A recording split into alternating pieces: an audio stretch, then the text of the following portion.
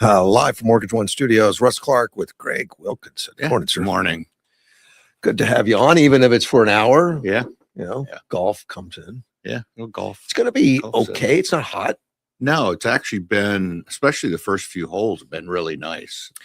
We had that one day at 109, and I felt that. Yeah. Since then, I mean, I know it's been in the low hundreds, but it works up to low hundreds, peaks, goes right back down. And the nights and the mornings have been beautiful. Yeah. Yes. We have the doors open in the morning. And 100 is not that hot for us, really. No, is it? It's not too bad. I try to get stuff done early in the morning. We play golf starting at 8 o'clock or 7:30 or something. So yeah, it's good. I mean, you end up cheating with all the same guys all the time. Yeah. Exactly.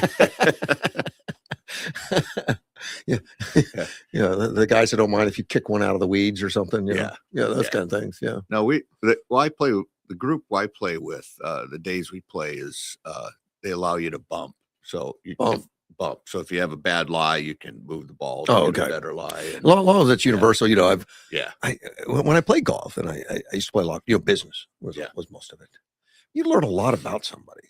I mean, a guy that turns in a score of 80 and he took about 150 strokes. Right. Yeah. I've seen that before. It's like, and doesn't care what you think about it. They probably do the same in business. And then I played with these guys that they keep score, just keep a single number.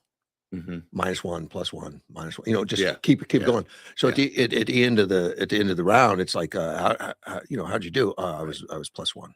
Yeah, 72 + 1 is 73. Yeah, I've played with guys like that. That's embarrassing. Yeah, there's some in the guys that I play with too. Yeah, Gabe Plaza, he's been like 8-time, 9-time city champ or something. I don't think he won last year, but there's a lot of people like that. Yeah, I'm far away from that. I'm not one of those either. Yeah. Okay, I got to read this disclaimer anyway. All content presented on the Russ Clark Show, including statements made by guests, commentators, and callers, reflect the personal opinions of those individuals and is provided for informational and entertainment purposes only. These views do not represent the official position of Mortgage One Studios, its owners, employees, affiliates, or partners.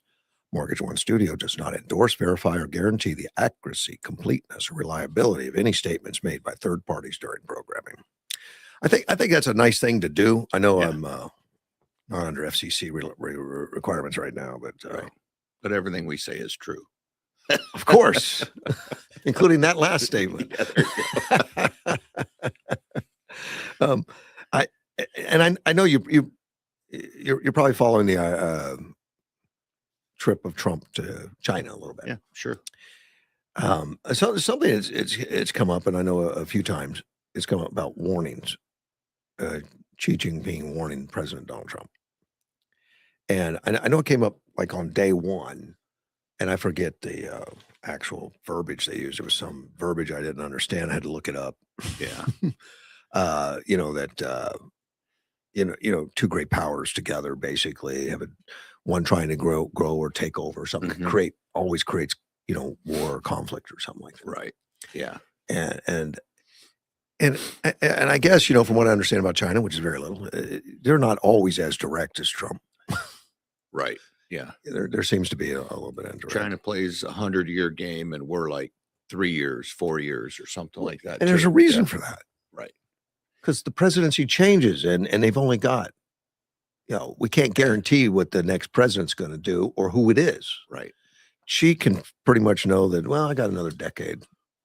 Yeah. And see, that's the big question mark, as she gets older, is he going to want to have Taiwan underneath the Chinese regime, while he's still around? I mean, that's what a lot of the people are asking themselves. It's a commitment he's made, whether that's publicly, personally, or whatever. Right. But I mean, he states it all the time, and it was stated here about Taiwan. I don't know how direct it was, but here's what's one of the spokespersons, Mao Ning, said from the Chinese Foreign Ministry. President Xi stressed to President Trump that the Taiwan question is the most important issue in China-U.S. relations. It is handled properly. The bilateral relationship will enjoy overall stability. Otherwise, the two countries will have clashes and even conflicts, putting the entire relationship in great jeopardy. Yeah. So it's not and something interesting yesterday when the White House put out all the itinerary, what they discussed and all that, they didn't mention anything about Taiwan. And yet Right. when the Chinese put out their recap, Taiwan was the most important issue. Yeah. Well, Trump's basic statement was, "I'm not going to talk about it." Yeah. Well, And I that's think that was a good okay. way to approach it. That's okay, but it hasn't gone away. And I have no idea what's churning in his mind on it. I someday it's gonna come to a head right now. We don't want it to be a head that involves kinetic energy. Yeah. You Well, know? you know, and the Taiwanese is we had a Taiwan company over here, Yeah. that I talked to, and they're afraid. They're Yeah. they're trying to diversify. And in fact, we had a deal where a Taiwan company was going to come move part of their infrastructure and to Yuma, and they wanted to move like 5,000 people from Taiwan. They're going to employ like 10,000. And they're going to move 5,000 people from Taiwan, build the cities, the schools, the infrastructure. And because they were afraid that they would be invaded in Taiwan and they want Right. to get out there. And you see TSMC coming up in Phoenix. That's huge. Yeah, the company that we were trying to get to come to Yuma, or at least Wow. part of them to come to Yuma, they actually ended up going to India. Yeah, they went to India and they invested like $9 billion or something like It's that. nothing compared to TMC in Phoenix, but Right.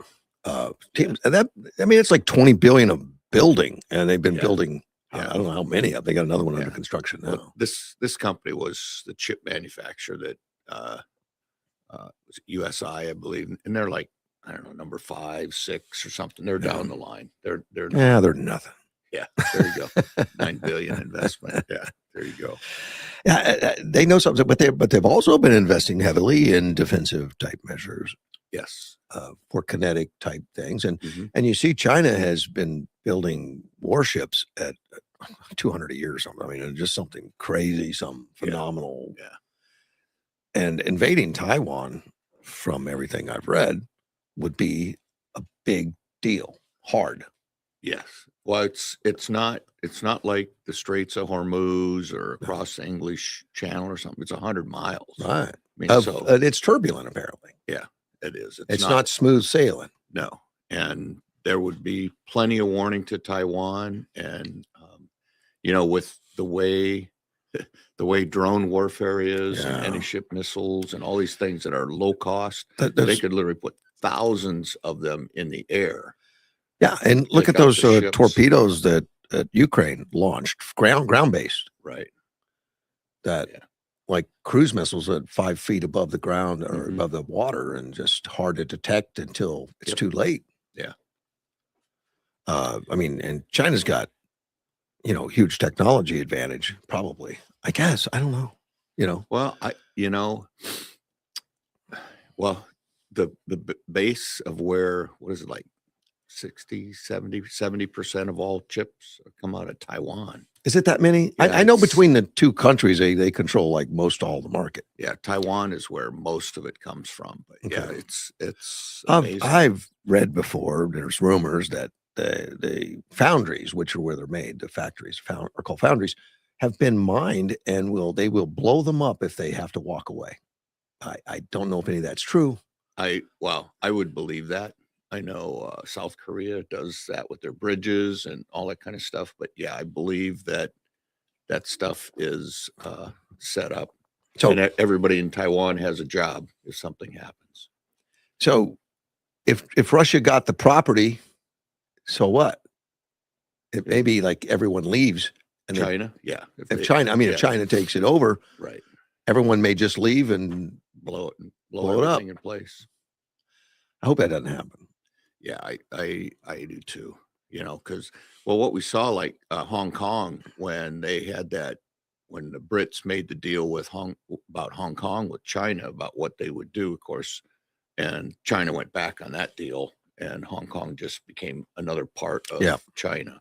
Yeah. And and they were going to leave it as free trade. And I haven't kept tabs on that, but I know China went back on all the agreements they had made with England. I know Edward had a Hong Kong investment or footprint or something. Right.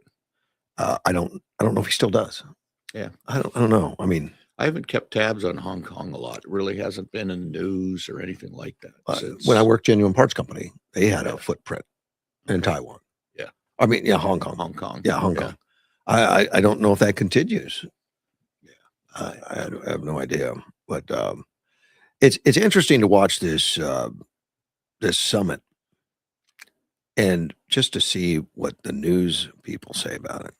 It has been crazy. Oh, I know. It's like, okay, they both of these networks, as you look at two networks, like they couldn't have gone to the same summit or Yeah. whatever they call it. It's They like, were looking at something different. yeah, exactly. They were making one show, and I think it might have been The View, like Whoopi Goldberg or something, which you're not going to take too seriously, but it gives an impression of what the Democrats are doing. They are making fun of Trump and downplaying the pomp and circumstance of his arrival, saying, "Well, they just know how to get to him, so he could do things for him. He'll probably give up on stuff because he got the red carpet and all the children." Yeah, Which is a ridiculous comment. it is. It is. Trump. You know, after the last president we had, who was well, Missing in whatever, action. yeah, MIA. That's or you're auto being pin. kind. Yeah, auto pin But pilot. and they want to downgrade Trump. It's such a ridiculous such a ridiculous thing. And then they were talking about, well, we think Trump is a little bit mentally unstable. It's like, Why we're would not you there. say that? I know. And And then contrast him with Biden. It's like, well, we got a guy that wasn't even there, couldn't walk up a flight of stairs, and now you got somebody that's works for. You can look at Donald Trump from the 80s, the 90s, 2000. He's the same guy. Yeah, he is. And you do the same with Biden, and it's like, oh my gosh, look what happened to him. Yeah. What happened to him?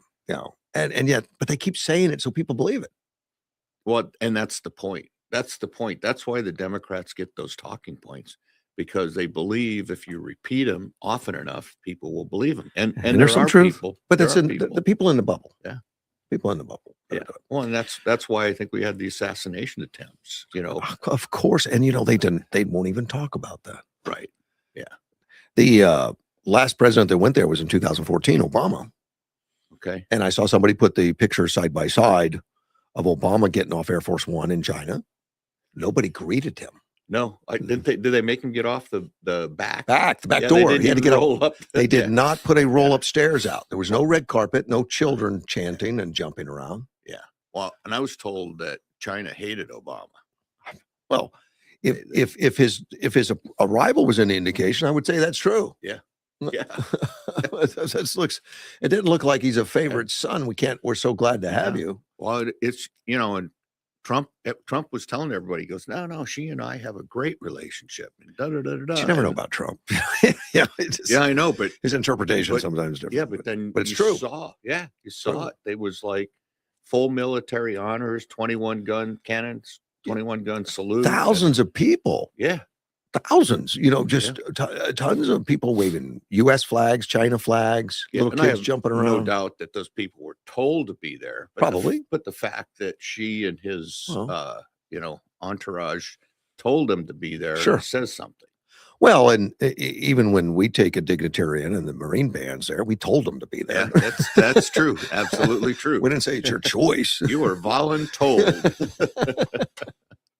Yeah, but it's nice to have it. Yeah. It is nice. The White House talked about Taiwan a little bit. They downplayed it, said both sides reiterated the long stated stance on the issue, and everyone understands each other's positions. That's all they said, and that's fair. We're not getting into it, guys. Yeah. We're not going to talk about it. Trump talked about the longest relationship in our two countries that any president have had. We've had a fantastic relationship. We've gotten along, and they really go at it with each other during the tariff war.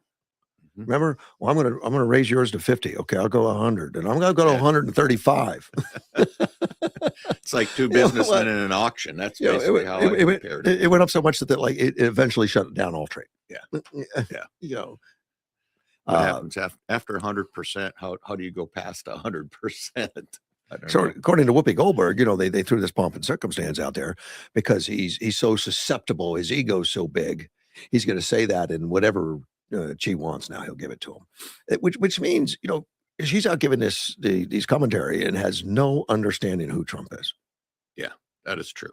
Now, I agree with that point that he does have a big ego, but Sure. I think he's got to have one in Probably order to the do what. biggest of anyone I've ever known of. Yeah, and Maybe Napoleon.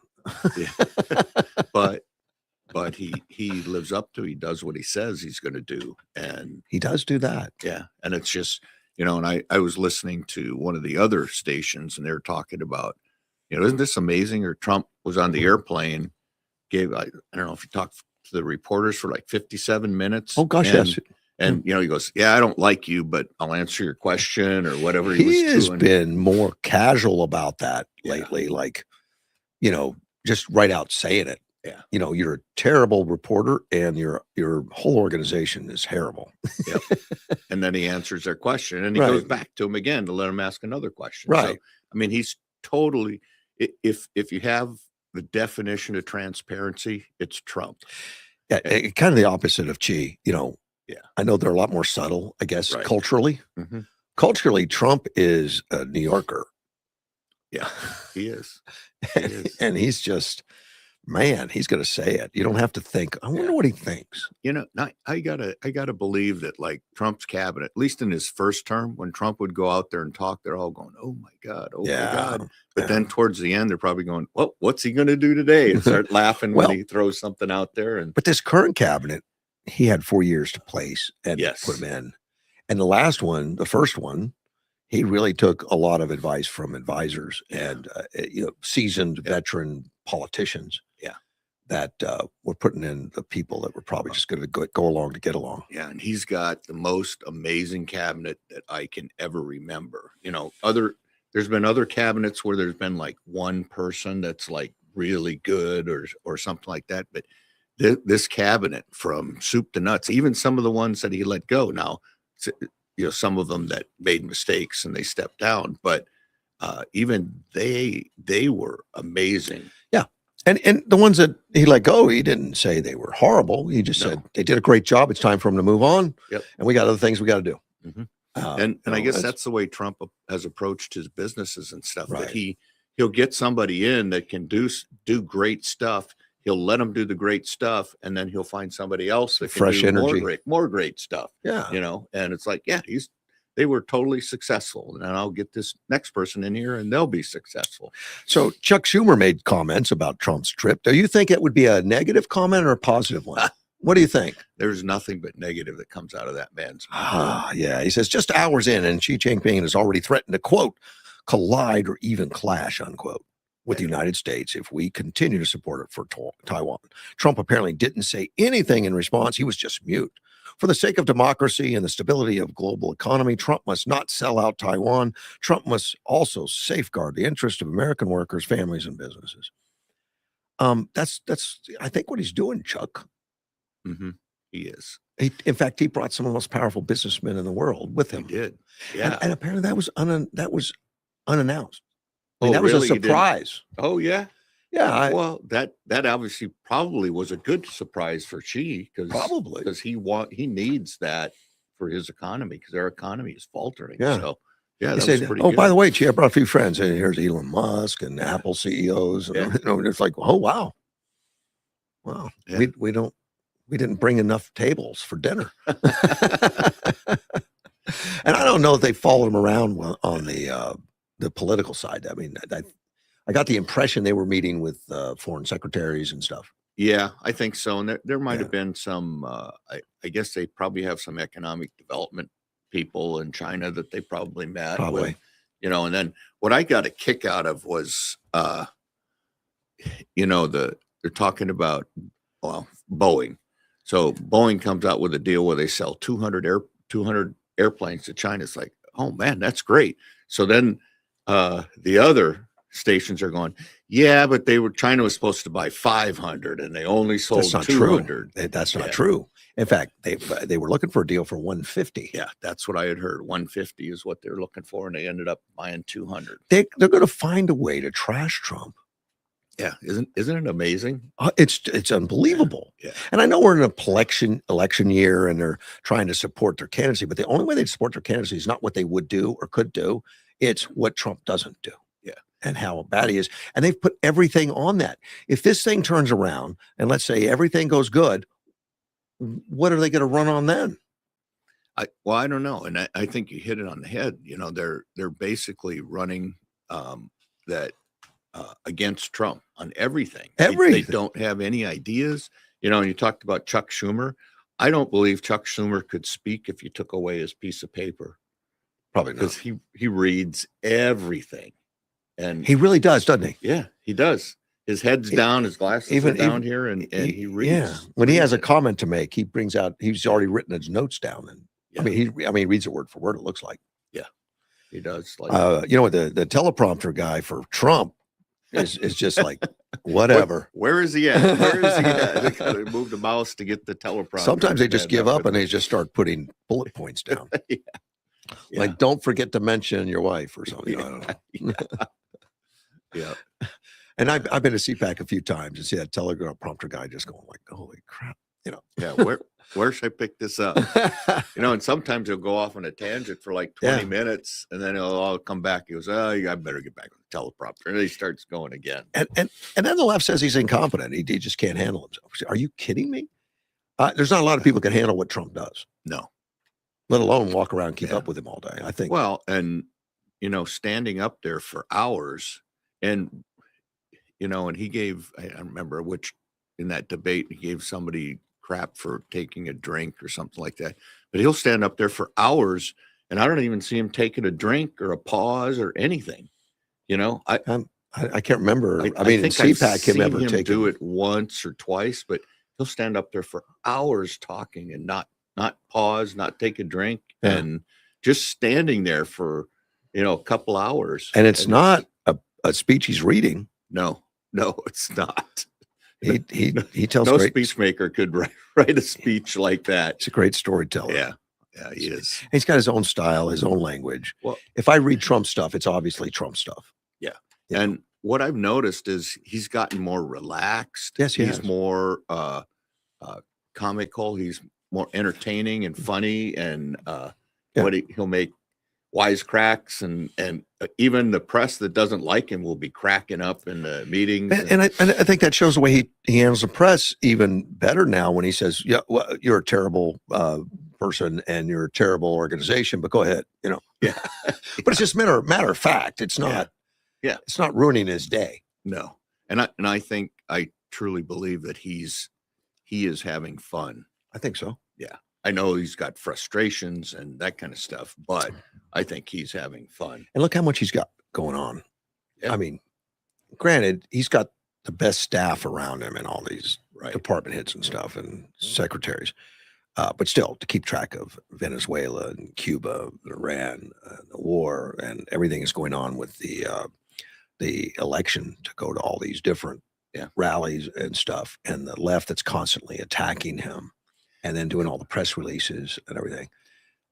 Just his sitting down with intelligence every day and just getting a recap every day. Yeah, and these reporters that obviously most of them are not friendly to him. No, asking him question after question, and I have yet to see them stump him on a question. No. I know there's a couple things he's like, well, I'm not going to, I'd be stupid if I gave you an answer to that. I'm not going to talk about that. Well, I'll tell you, that's a stupid question. Yeah, exactly.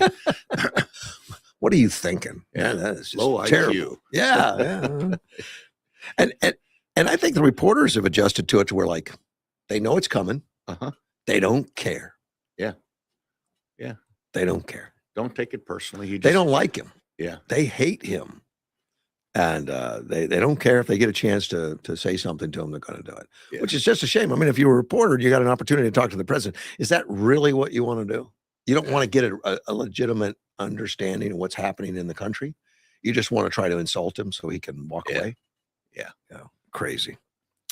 Trump says China will invest hundreds of billions of dollars. I do believe it. And I know, I know that there's been hundreds of billions already that have been coming into the country. We don't really feel it because the money that's coming in to build infrastructure, to build stuff for these businesses, haven't really started churning out something that's going to affect gross national product. There's like construction jobs and those things. Yeah, those are happening, going on. and you're seeing those in the employment numbers too. Of Correct. And the employment numbers have been surprising people. Yeah. The estimates, it's been higher than estimates. And we really haven't got to the manufacturing and to the work yet. And Right. And I know, I think it was one of his finance secretaries that said something like, by the end of this year, we may be 5-6% in growth, which Yeah, I don't know that I believe that number. I think it was 4%. I was listening to Kudlow, and I think he said the quarter was 4%. But yeah, I think it's going to take off. And of course the Dow is above 50,000 again, and I don't know if it was this morning. I think I saw it go down below 50 drop again. Below 50, but yeah. But that thing, in fact, Edward made the comment to me. Now he's the finance guy, Mhm. my fact checker, finance guy. Yeah. He says, he's getting neck strain just from watching the back and forth on oil. Yeah. Above 100, below 100, above 100, below 100. It's like a Yeah. tennis If you match. time it, you could make a lot of money on oil right now. Well, that's what he does. Yeah, I know. Yeah, that's his vocation is timing. Yes. Yeah. He's Yeah. My brother and his son, they do that stuff too. yeah. My brother's now he's half retired, but now he's doing currency trading. So he's got his server set up in New York and his algorithms, and he trades currency around the world. And yeah, he's making Well, money that way. the average investor and the average person invested in all that is one that sees stock markets do terrible things like a crash or something come down a little bit like that, and they panic. They don't know what to do.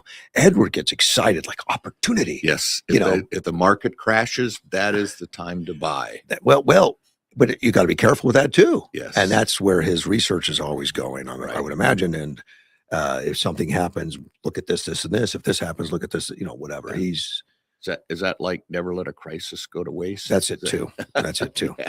But to him, nothing's ever a crisis on his end because he's going to find a way to work it in his favor, up, down, sideways, doesn't matter, and it's not emotional. Yeah, that's right. You can't get emotional out of it. That's when you lose money. The only emotion I've ever sensed from him. What did you do? Not me, man. What? I interviewed him for 3 days in a row a couple of years ago. Yeah. Every day for 3 days. Is that when he came out here with his daughter, or?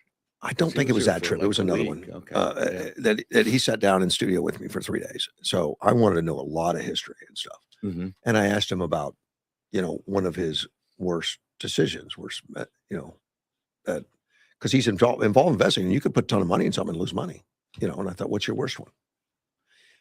And that's when I saw something in him that just like, he doesn't want to talk about that. Yeah. And you know what his worst one was? Harry Potter. Really? He's in the movie industry. I mean, Right. it's Paramount Productions, but he's on the money side. Uh-huh. He read the Potter books and had the opportunity to own the series, own it all. Oh, And he said no. didn't do it. So I said, your worst is what is something you didn't do, not that you did something wrong. Yeah. Well, that was bad enough. So it's always rubbed in his face. I never do, unless he's listening. Well, he's made enough other It doesn't matter. great moves. It doesn't matter. His attitude is, Well. he failed, on something big. He didn't see it. He read the books. He didn't see it. And so everyone around him, professionally around him, Mhm. every time one of his kids or anything had any birthday, say they all got only Harry Potter stuff. Apparently they own everything Harry Potter has ever put out, I guess. See, that should be That's hilarious. I once read like an investor said, yeah, he goes, so what you want to do is you go around to the store and look what's in the store and look what people are buying. And that's what you want to invest in. Because Probably. Yeah. Probably. He's, his daughter's 15 now, and he, Okay. and she has an interest in knowing what dad does or something. And I guess, Well, I know she came out here. She was at the Kentucky Derby race that we went to where Edward was. she was at the one the other day. Yeah. Apparently did better than Edward. Well, she did at that one too. That was 3 years ago. Well, 4 maybe years Edward ago, loses a something like lot to that. her, and I don't hear Yeah. about all of it. She's a smart girl. Nice but- lady. That's got to just make him smile, though. Of course. That's. But it's like you got that competition and stuff like that. But when your child is successful, even more successful than you, you just Yeah. smile. It's like, yeah, that's great. Yeah, and we were talking this morning about some of his daughter's achievements and what she did. She wrote a paper, and he sent it to me. I haven't read it yet because Okay. it was just an hour ago or so, and I'm going to read it. And you haven't read it yet? I've got a lot of work. I'm doing a lot of this stuff. I'll get to it today. You're getting some hate mail from Edward if you haven't read it already. No, but he's very proud of her Yeah. and surprised at really just her intellect and how well she works. And I said, yeah, I said, you've done a great job. Maybe someday she'll thank you. Oh, she probably does every day. I don't know because she's Edward's daughter. Yeah. Edwards grew up in a household, and all this was, during my interviews with him. He grew up in a household with a Marine dad that was a Mhm. colonel hmm that always had expectations that you're going to do well and you're going to get A's. I'm not going to thank you for doing it. That's just what you should be doing. Yeah. Is that a Marine attitude? No, but there's something to that, but Yeah. that's not necessarily Marine attitude is leadership. Like Barry talks about honor, integrity. Oh yeah. That's He's an what- Army though. yeah, I know. I figured that'd be a grade below Marine, but no. It is. But Barry knows that. So, but no, but the most important things are the people that work for you. Yeah. I mean, that's a Marine thing. Yeah. When you're the senior officer, senior NCO, NCOIC, whatever in charge, you're last through the food line. You want to make sure everybody else gets fed before you do. And because you're no better than your employees, this case, Marines. But yeah. I read something. Edward sent me, I don't know, 30 articles this morning, but which I'm always interested to see what's interesting him, Mhm. because he's reading them because of his investment strategies and everything else. He wants to know what's going on in the whole world. Right. But he, I think it was Coast Guard. I think so, maybe Navy, Coast Guard or something. And I don't have the story printed, but the admirals are having to start taking PT tests and stuff. Yeah. And so I asked him if his dad would approve of that, and he said, "Oh yes." I Yes. mean, he was like, apparently, Well, this is no more fat generals, no more fat admirals. Yeah. Right. Right. And Edward tells the story that his dad was a colonel for many years and was offered general, and he wanted to work for a living instead. Yeah. That kind of guy. Yeah. But One of those gruff guys. yeah. Well, there's a difference between, being a 300 PFT or physical fitness test guy and being able to pass the test. And the problem that has happened, I think, in the past is there were a lot of senior officers that didn't train anymore and couldn't keep up with their Sure. with the soldiers, Marines, sailors, whatever. And so they've, Hegseth has obviously fixed that, and he's the example. He runs with them. Yeah. So I don't know if I could name a Secretary of Defense No. that could keep up with Hegseth. No. And people slam him, but he is an excellent example of leadership. And yes, he's made mistakes in his life, as we Mhm. all have, and he's made some bad ones, but he's learned from them, and he is now obviously the leader of the War Department. Does he have the respect of the troops? Yes. And of course, yes is an overall. I mean, but what percentage you think? 80, 90? Oh, You never got geez. 100. No, never 100. But all the people that the fat ones are not All the not in fat his ones. camp. But some of them are. Some of them are that. Yeah. It's like, you. I wish you were around 20 years ago. I wouldn't be fat today. Yeah. Yeah, exactly. Yeah. But I don't know. I would say 80, 90%. So you're Probably as you go down in the levels, the lower levels, Mhm. probably more so than some of the Senior. leftover generals and admirals from Yeah. Obama and Biden. But I think a lot of those have already started to be cleared out, I would assume. I think so. And And that happens with every administration. It happened with Obama and Biden. They cleared out generals that were too conservative, I'm sure. yeah, and that's one of the things they always say. Although under the Biden administration it didn't happen, that the general officer always has a letter of resignation in his briefcase. that if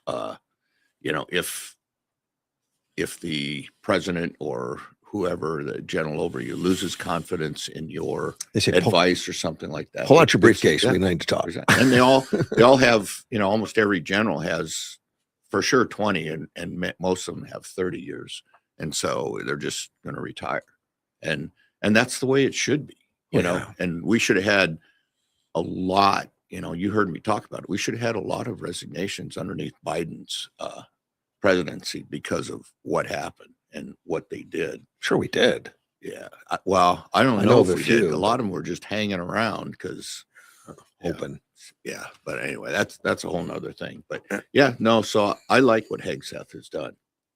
Oh, good. And he gave up what he was making $4, $5, $6 million a year. He's not making that now. Yeah, he's like what, 250 or 300,000 a year, something like that. I think it'll kick back to him though once he leaves that position. Once he's done. Yeah, but he gave, and that's why his whole cabinet, I think, is that way. A lot of them are billionaires. Oh gosh, yeah. And they gave that up for service to the country. Maybe not just for Trump, but to serve our country and give back to the country. They gave that up. Yeah. And that's amazing for me to see that. It is. The Boeing jets things that you mentioned that he made a deal to buy 200 Boeing jet, which Trump really talks about. Right. He says too many things to discuss, but a lot of things. We have a very good meeting. We want things from them. One thing he agreed today is going to buy 200 jets. That's a big thing. Boeing, 200 big ones. That's lots of jobs, and it's lots of Boeing. Wanted 150, he got 200. Yeah. Okay. Now Kevin O'Leary talks about that a little bit. Yeah. And he said U.S. companies still face major challenges operating in China despite the massive market and opportunity, which I'm glad he does that. I mean, I don't think he's doing it in a negative way. He wants to talk about reality on things. Yeah. Well, and not many people, this is the way it used to be in China. Not many people know this, but you open up a company in China, China owns 51% of your company. I didn't know that detail, but I know there's a lot of things, and that's what Edward will correct me if I'm wrong, but right. that's what I've been told Edward by some corrects us people that all. have opened up companies up there that China owns 51% because they want to determine everything about the company, and then and that's the problem where you but people play. Tesla put in a super factory and all that stuff. Yeah. Well, and they talked about that if you own a Tesla in China, that's a status symbol. Oh, really? Yeah. It's more expensive than some of their other Chinese electric cars. They've got some of the prolific Chinese cars. When they say they outsell Tesla, they do. But some of them are. You remember the Chevy Spark, which was the smallest U.S. car ever made? Yeah. Yeah. The number one car, BYD, I think is their company. The number one is smaller than that, and had a range of like 100 miles and top speed of like 30, 40 miles an hour. But it was perfect for inner city. Yeah. It was like perfect. But it was like a $5,000, $6,000 car. So yeah, that outsells Tesla. Yeah. But Tesla's doesn't yet make anything. Yeah. Well, and I think the other thing why we stopped China from having those cars in this country is because they gather all the data that comes off the car and the people and everything and send it back. So they're in this massive data gathering thing where they want to get, all our DNA and all our information. So they have how we operate. Yeah. Kevin O'Leary says the problem is it's been documented so many times. They don't play by the rules. And so these companies who do business there are finding all kinds of problems. Though they really want access to that massive market. There's no question about that.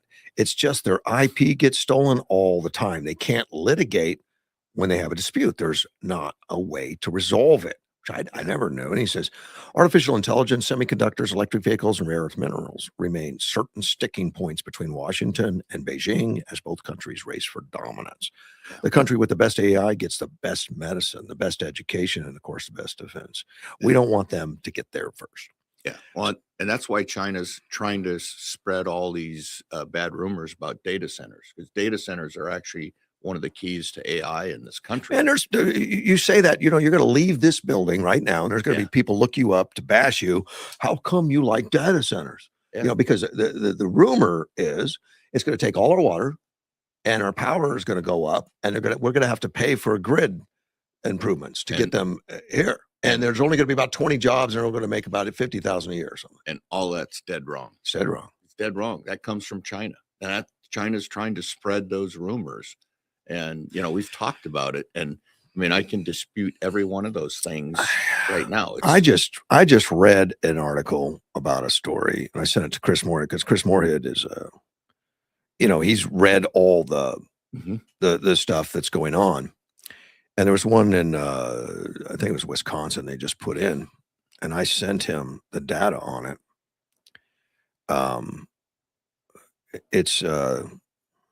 It's Saline Township, Michigan. Projects expected to create 2,500 to 3,000 union jobs. That's to construction. 450 well-paying permanent jobs, plus 1,500 support roles countrywide. Local suppliers, vendors, contractors, and residents priority. As far as water goes, the Saline Township AI data center uses a one-time fill, closed-looped, non-evaporative liquid cooling system that significantly reduces water consumption.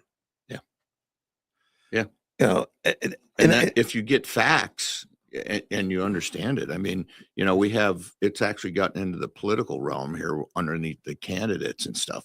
And all I do is when I read this stuff, I just like, what an idiot. I don't want that guy in office. Now, I don't know anything about any potential data center coming here yet. There isn't one that signed up. There is no contract. There is no contract. There have been people actively looking for somebody because it's a good business. It's a good business model for us. And we've got opportunities here for a lot of reasons. Right. But they're spreading this stuff about the water. Now, if people are saying it's a million gallons a day, we couldn't afford that. That would be bad for us. And any business would be stupid to put one here that does that because they'd be drummed out. Right. We couldn't do it. And that's blatantly not true. Yeah. And it is on the old ones. Yeah. Like existing ones. 10, 15-year-old technology. Yes. There's some in Phoenix that will use 1 million, 2 million gallons a day. Some of them, from what I've read. I don't know what they do with all that. Right. That's evaporating cooling is what they do. As far as energy goes, because that was the same, they were hammering that township the same way. It's going to take all your energy. Your rates are going to go up, and the water's going to dry up, and all that kind of stuff.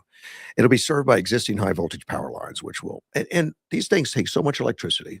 They have to pay to have these lines put in. They do, because it's not going to be a regular business hookup. It's a special hookup, which will have enough capacity to run the AI data center. Oracle will pay for the required energy infrastructure upgrades, keeping local residents' electric bills in check. Utility companies will benefit from Oracle contributing its share to the fixed cost of maintenance and improving the grid, approximately $300 million annually. Yeah, and the thing is, if local people keep up these stupid things that are not true. Now, granted, the city or the county or whoever's got to be smart in how they word all this. And the contracts have got to be put in there, the concerns of the public and the concerns of our citizens, for sure. But if local people keep this up, spreading all these false rumors, they're going to end up going on federal property, which means we don't get any of the taxes. In other words, they're going to be here. Yeah, and we still have to support the infrastructure, and we get no financial benefit out of it other than the jobs. And that's what's going on. And I mean, that's why China is doing this, is to try to delay so they can get ahead of us on the AI. Now, my understanding, these data centers are put in their populous areas because that's who's using them. Right. It's an information. You'd say, well, they could be anywhere in the world. Well, apparently they want to be close to the end user first. And I would imagine the less traffic you put on the internet and that kind of stuff, the shorter haul, the better it gets, the better information you have. Well, and for us to put one in Yuma means we can attract more high-tech businesses, I would assume, right, that are going to be using those kinds of things. Yes. And so right now, as we know, they're building 3 pipelines from Texas here just for cogen power generation. So those lines to bring that to us are already being put in, and local people need to know that a lot of our gasoline comes from California, and California energy wise is a disaster. And that's one of the reasons why our fuel prices stay high. Yeah, it's a disaster, but it's getting worse. Yes. Yeah. Let's take a phone And- call. Carl, you're on the air. Hey, good morning, fine gentlemen. Good morning, Greg, sir. the question I have for you, at one time, the city was involved with a project that brought a plant that boiled eggs into Yuma. Is that not correct? Yep, Or do that's you know right. anything about? Yeah, I Okay, now- helped bring that here. The mayor and I actually did do that. Yes. Oh, so what you're telling me, the city got involved with helping a company come into Yuma and help it. It helps Yuma's economy very much. Yes. And that's what the city did for me when I watched what was going on. And I'm talking about the ones bitching about the spaceport and Mhm. and the mayor getting involved and stuff. Well, the city was involved with that, and to me, I thought they did a pretty slick deal because that eggplant boils a lot of eggs. And how many employees does it? And how much money did that eggplant bring into Yuma now? Well, You have the idea? you're tempting my memory. I Yeah. used to know that, but it's something. Okay, no, but yeah, the eggs are in the millions. I remember that, but yeah, it's yeah. and those are obviously good paying jobs, and the people have been there for a long time. The ownership has changed, but the eggplant stayed here, and yeah, we had the mayor and I had to go up to actually talk to them because they were going to. Yeah. And GYEDC got them here, which is Greater Yuma Economic Development Corporation. They got them here, but then they had decided they were going up to Phoenix. And so I asked at that time, I asked the director over there at GYDC, get him on the phone. The mayor and I are going to go talk to him. And we went up there.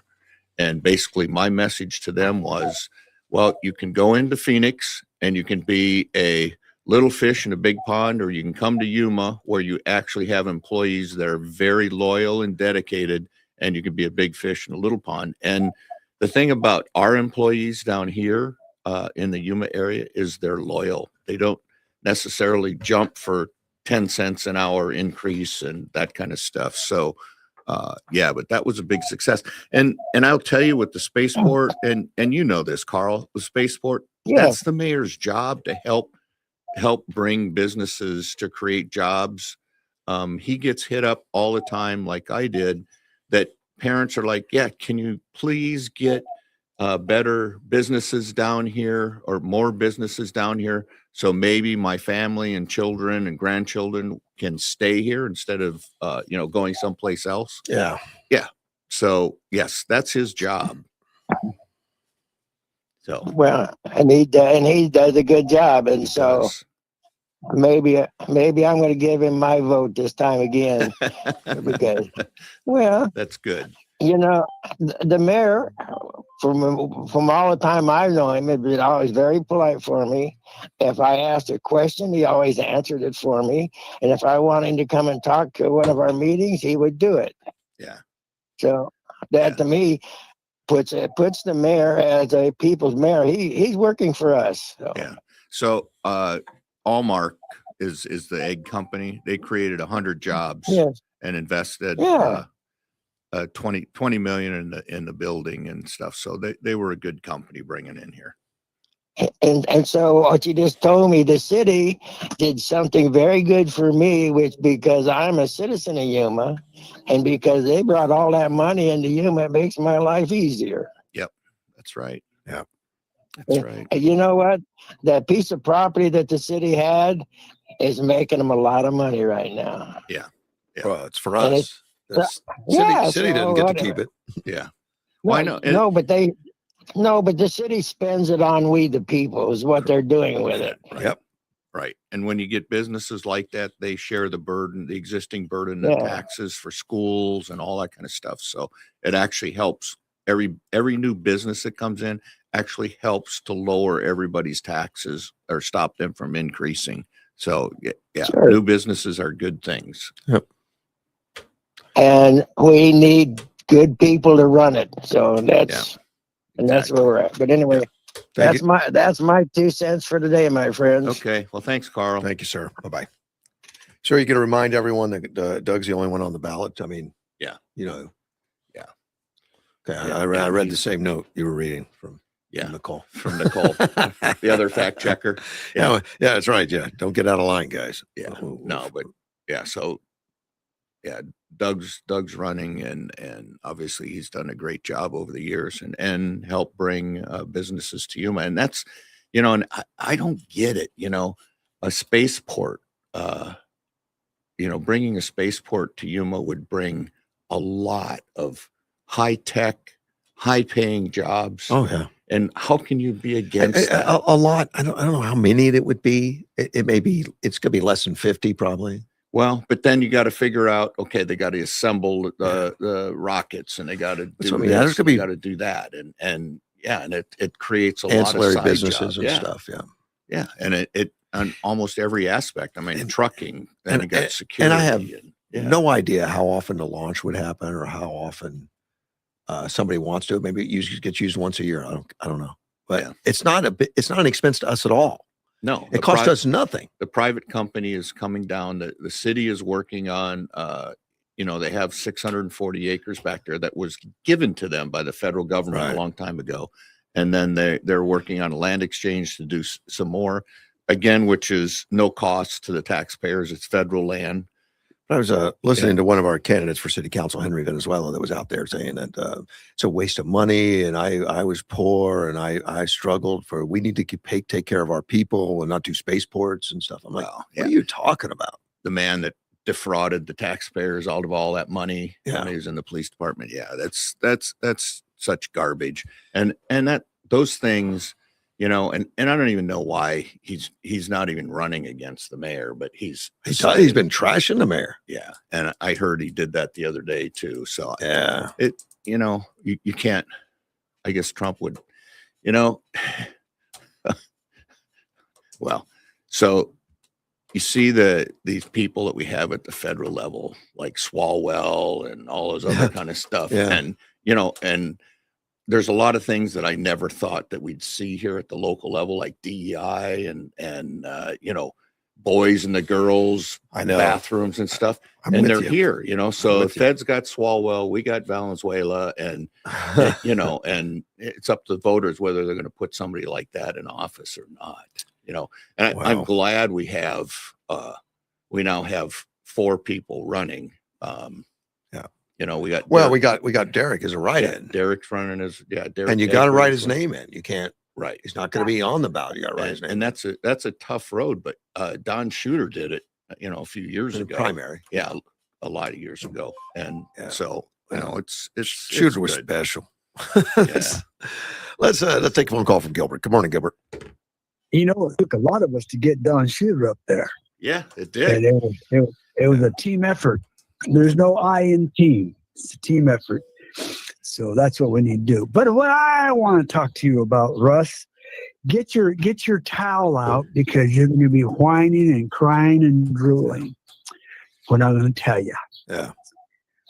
My grandson in Oregon put in for a lottery to get tickets to UFC in Washington, the White House, and he won. What? Wow. Huh? I couldn't afford the plane fare. I want to go. Well, he can. Yeah, good. He can. Good for him. Yeah. So he's taking his little brother with him to the White House to see the UFC fights. Oh, that's cool. That is cool. And I'm calling to remind everybody, Greg, I know you're busy Saturday morning at 8 o'clock at Izzy's restaurant on Foothills Boulevard. We have our sheriff, the man with the plan to keep Yuma County safe. Yeah. He'll be speaking to us. And he ain't afraid of no questions. Yeah. Of course, that's Sheriff Leon Wilmot is going to be speaking. Sheriff Leon. Yeah. Right. So we invite Yuma, come down, have a little breakfast and listen to the sheriff. And, he's a fantastic patriot. Yes. And of course, former Marine, right? Yep. That's right. Right. Yeah. Both he and Ralph Ogden. Yeah. So one thing you said about Shooter, because the Tea Party was instrumental in getting him elected. Sure. So there was a lot of hard work getting a lot of hard work. A lot of hard work to control Shooter. and you know what? I've known that man forever and ever and ever. And he'd always say, I don't need to write no damn speech. I speak from my heart. Yeah. You write a speech, you got to remember what you're going to say. When you talk from your heart, it's a piece of cake.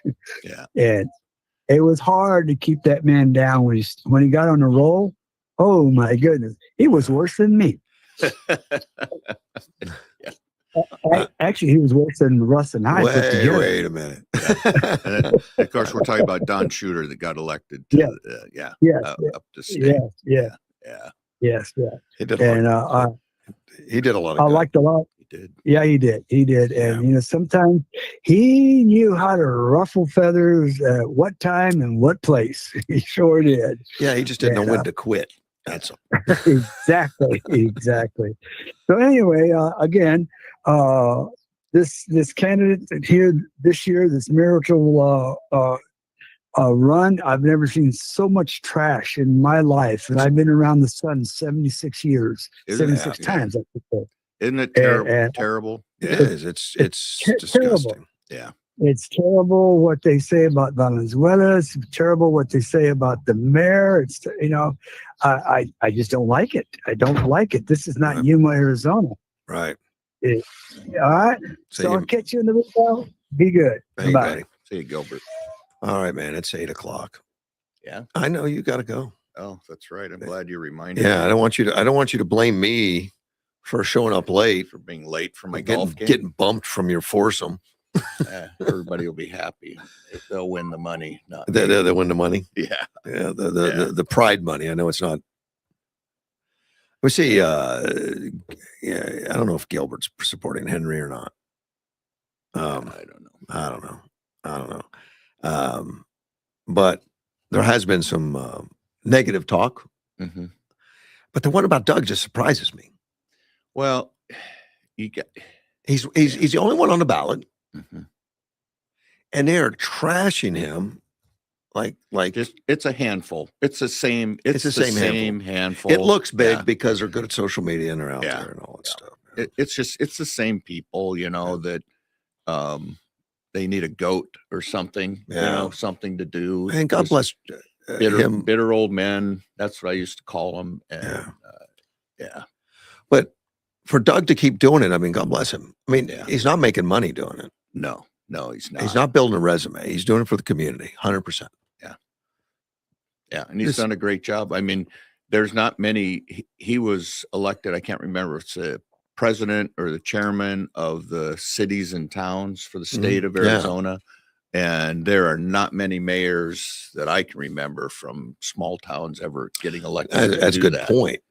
And and so he has a lot of respect around the state. So, Yeah. and there's no reason to do it. He's the only one on the ballot, and it's just people that want to cause hate and discontent. I guess it's unfortunate it's in Yuma. Yeah. Well, that's like I said, like I never expected DEI and men in the girls' bathroom and all that kind of stuff. It's not going to get here. This is Yuma, and all of a sudden it's like, oh my God, it's in the high schools. Not only is everywhere. it here, they fought for it. They fought. Yeah. And when it got exposed, they just got angry. Yeah. Like, how dare you expose, or talk about it? Just let it happen. Yeah. Relax. I know. We didn't. But I can tell you, because I looked at it all, that stuff, that garbage that they're putting online about Doug is not true. Yeah, I know. And well, you know better than most. I mean, you worked with him for whatever. That's all right. You're going to write garbage about you too, so 7 you years. guys are the same. Yeah. Yeah. But you were 9 years in that job. 9 years. Yeah. Which average life expectancy is 3 to 4. So, Right. Three to four. Yeah. Turnover of city managers every 3 to 4 years. Right. And because you do so many things, affect so many people, you're gonna start collecting people that didn't like a decision you made. Right. Well, and it was like, I mean, the biggest thing that people came out or ticked off was about the Pacific Avenue Athletic Complex. Oh man. And well, I think I had a lot of really good decisions, but that's probably one of the best decisions.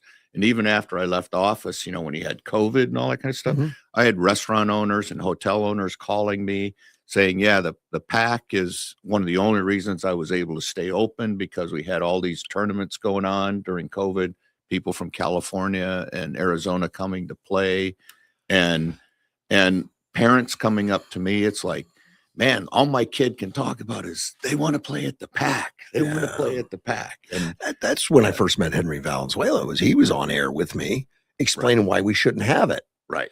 And of course, that caused me to follow up to find out. And nothing he said really was that I could find any validity to. No, nothing was true. That You he know, had said. I just couldn't find it. And I researched it.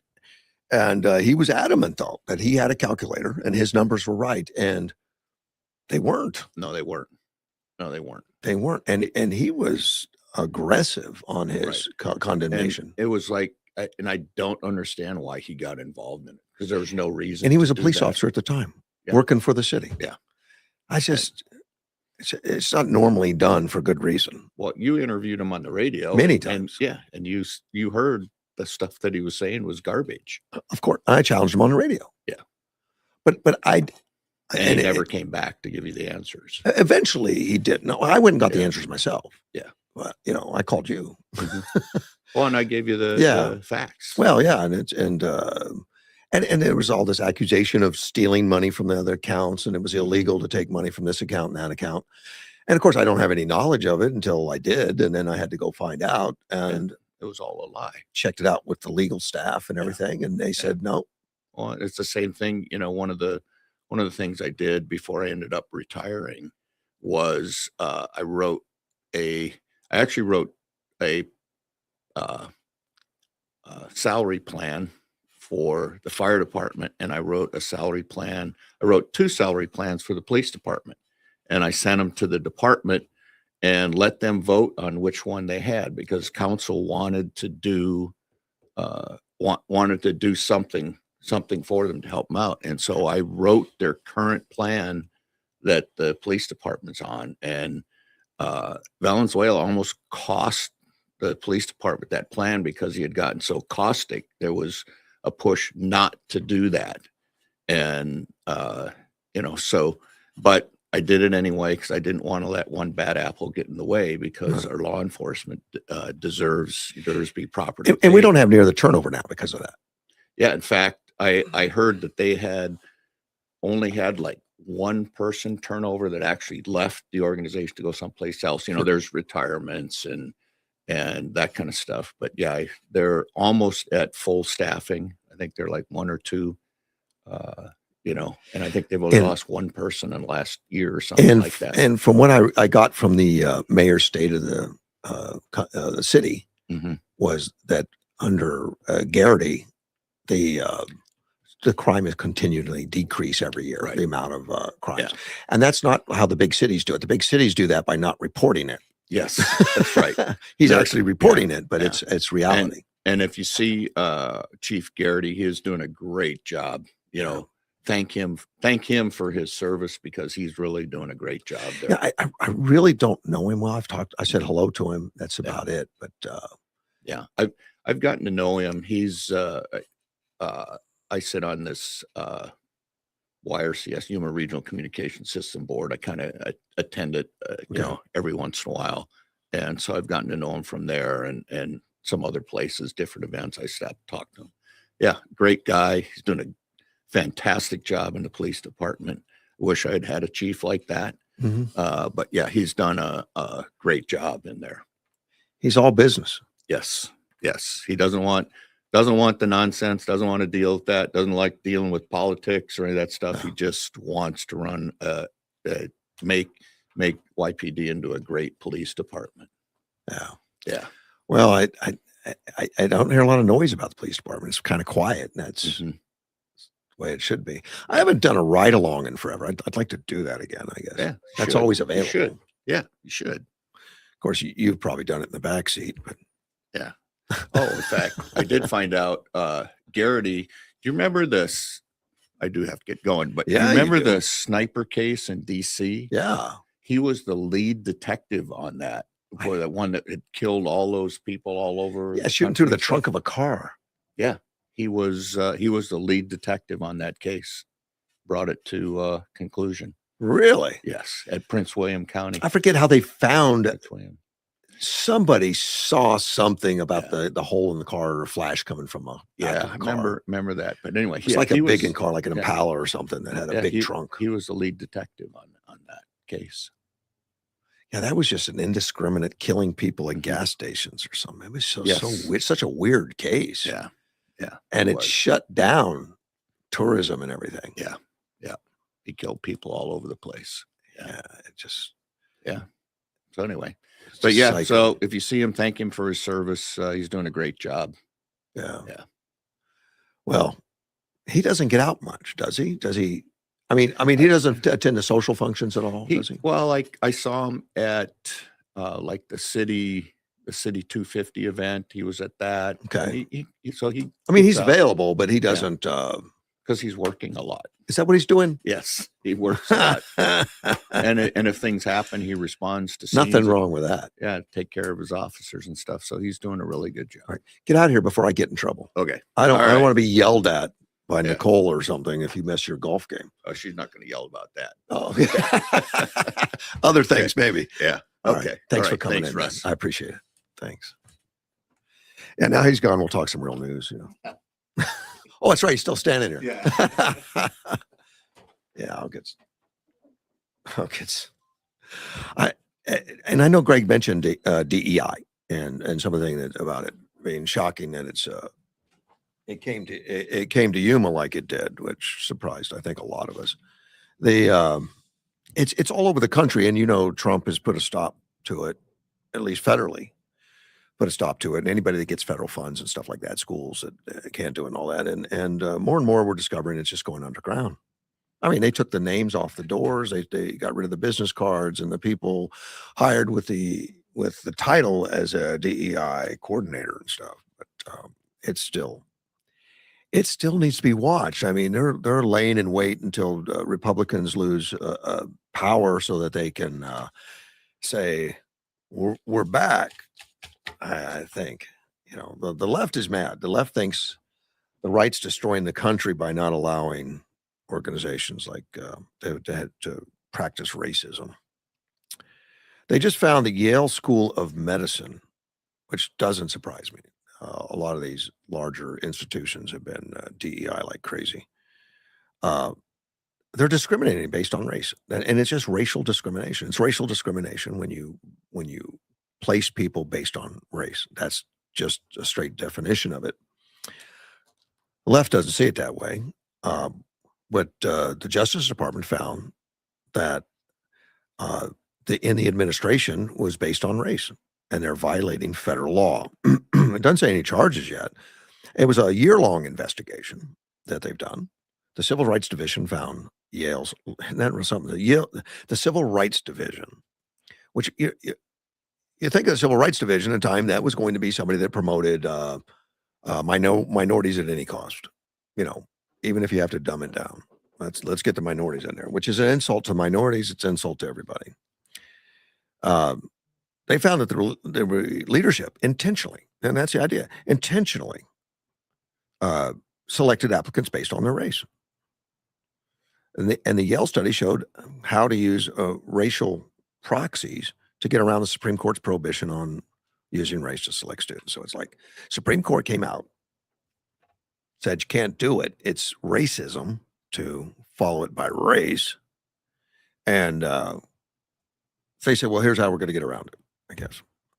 So right now, if you're Black and Hispanic, the students have much higher chance of getting into Yale than white or Asian students. You see how they did that? They did it with Asians. Asians have become the new whites, And Asians as a community, an Asian community is like the highest per capita in salaries and stuff. I mean, for some reason, they work hard.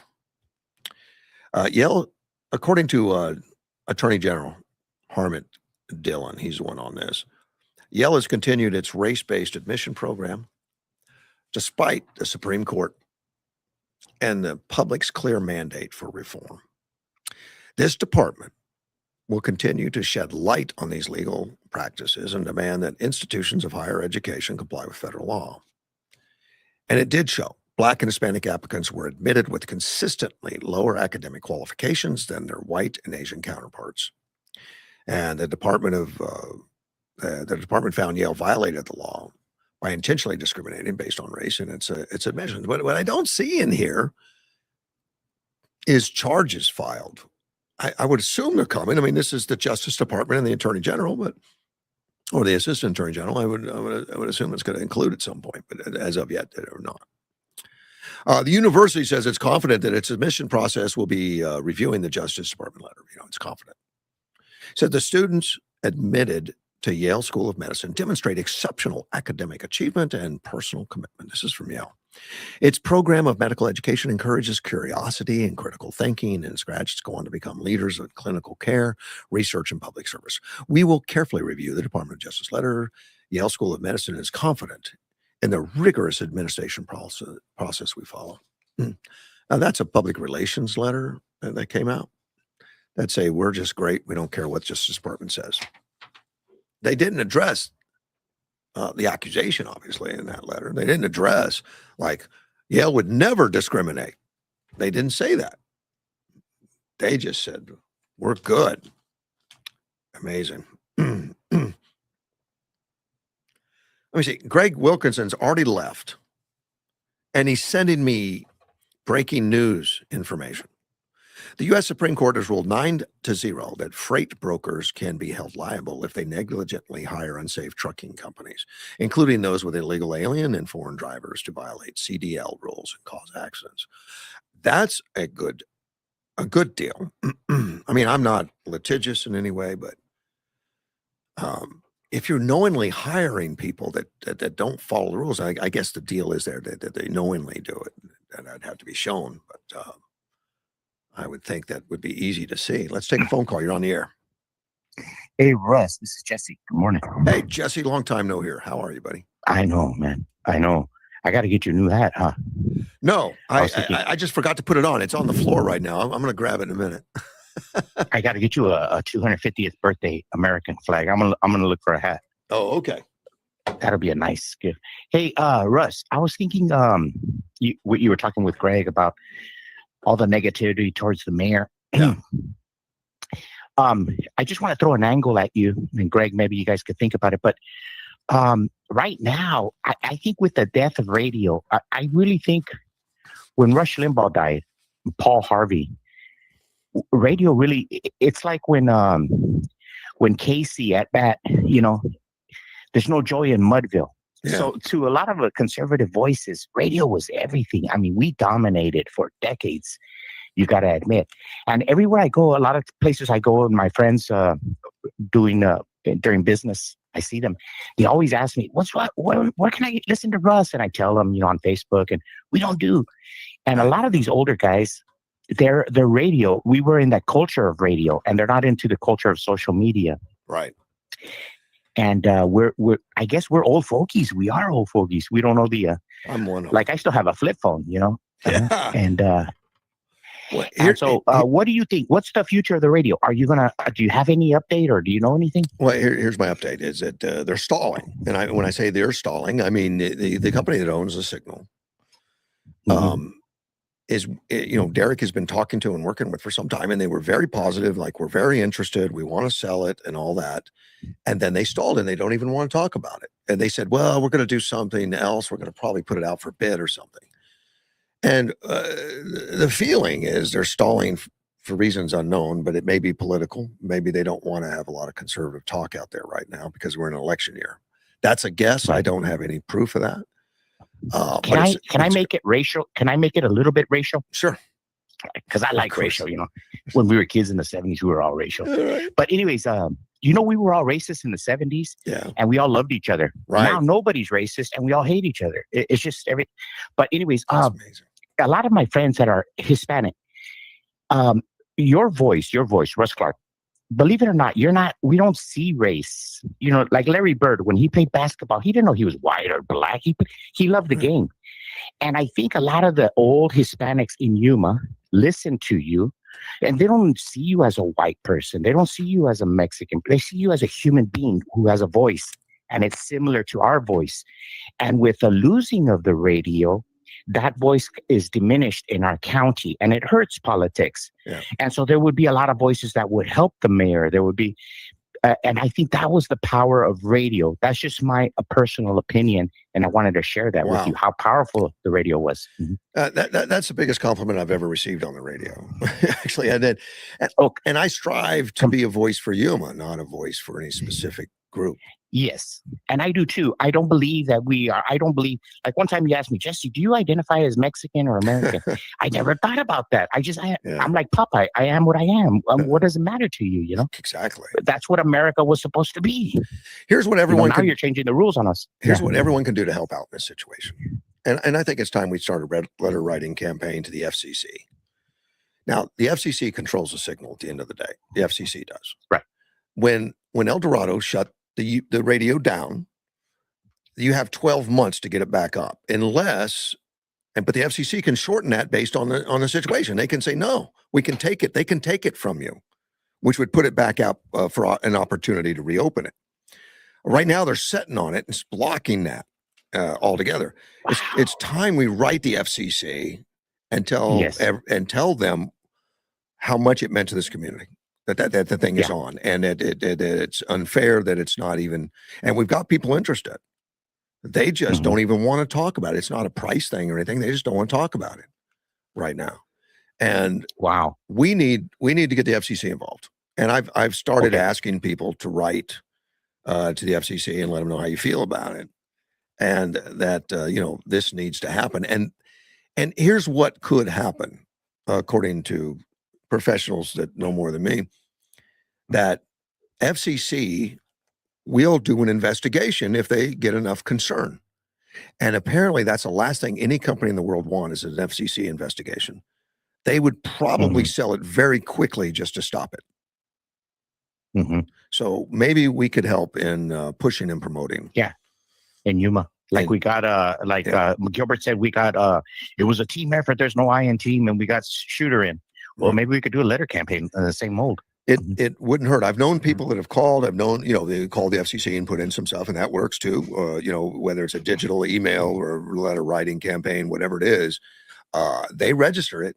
And if they get enough noise, they're going to go find out what the heck's going on. And where they go is to the person that owns the signal that is setting on it at this point. They're just setting on it. And then I have no contact with them. I don't know what their rationale is, but it should be investigated.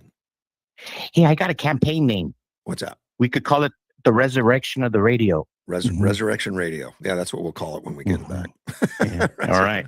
Talk to you later, sir. Thank you, buddy. Take care, man. Bye-bye. Bye. Yeah, I have no idea where that stands.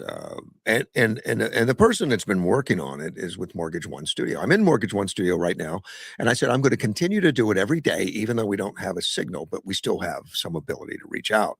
And I stay in the habit, and we keep the show going. And of course, if it goes back to radio, it would go back with a full menu of everything. It would go with other type piped in stuff, like Glenn Beck, maybe, I don't know, Bongino, whoever, would also be part of that. And Derek's ready and willing to put that up. I mean, Derek cares about the community too.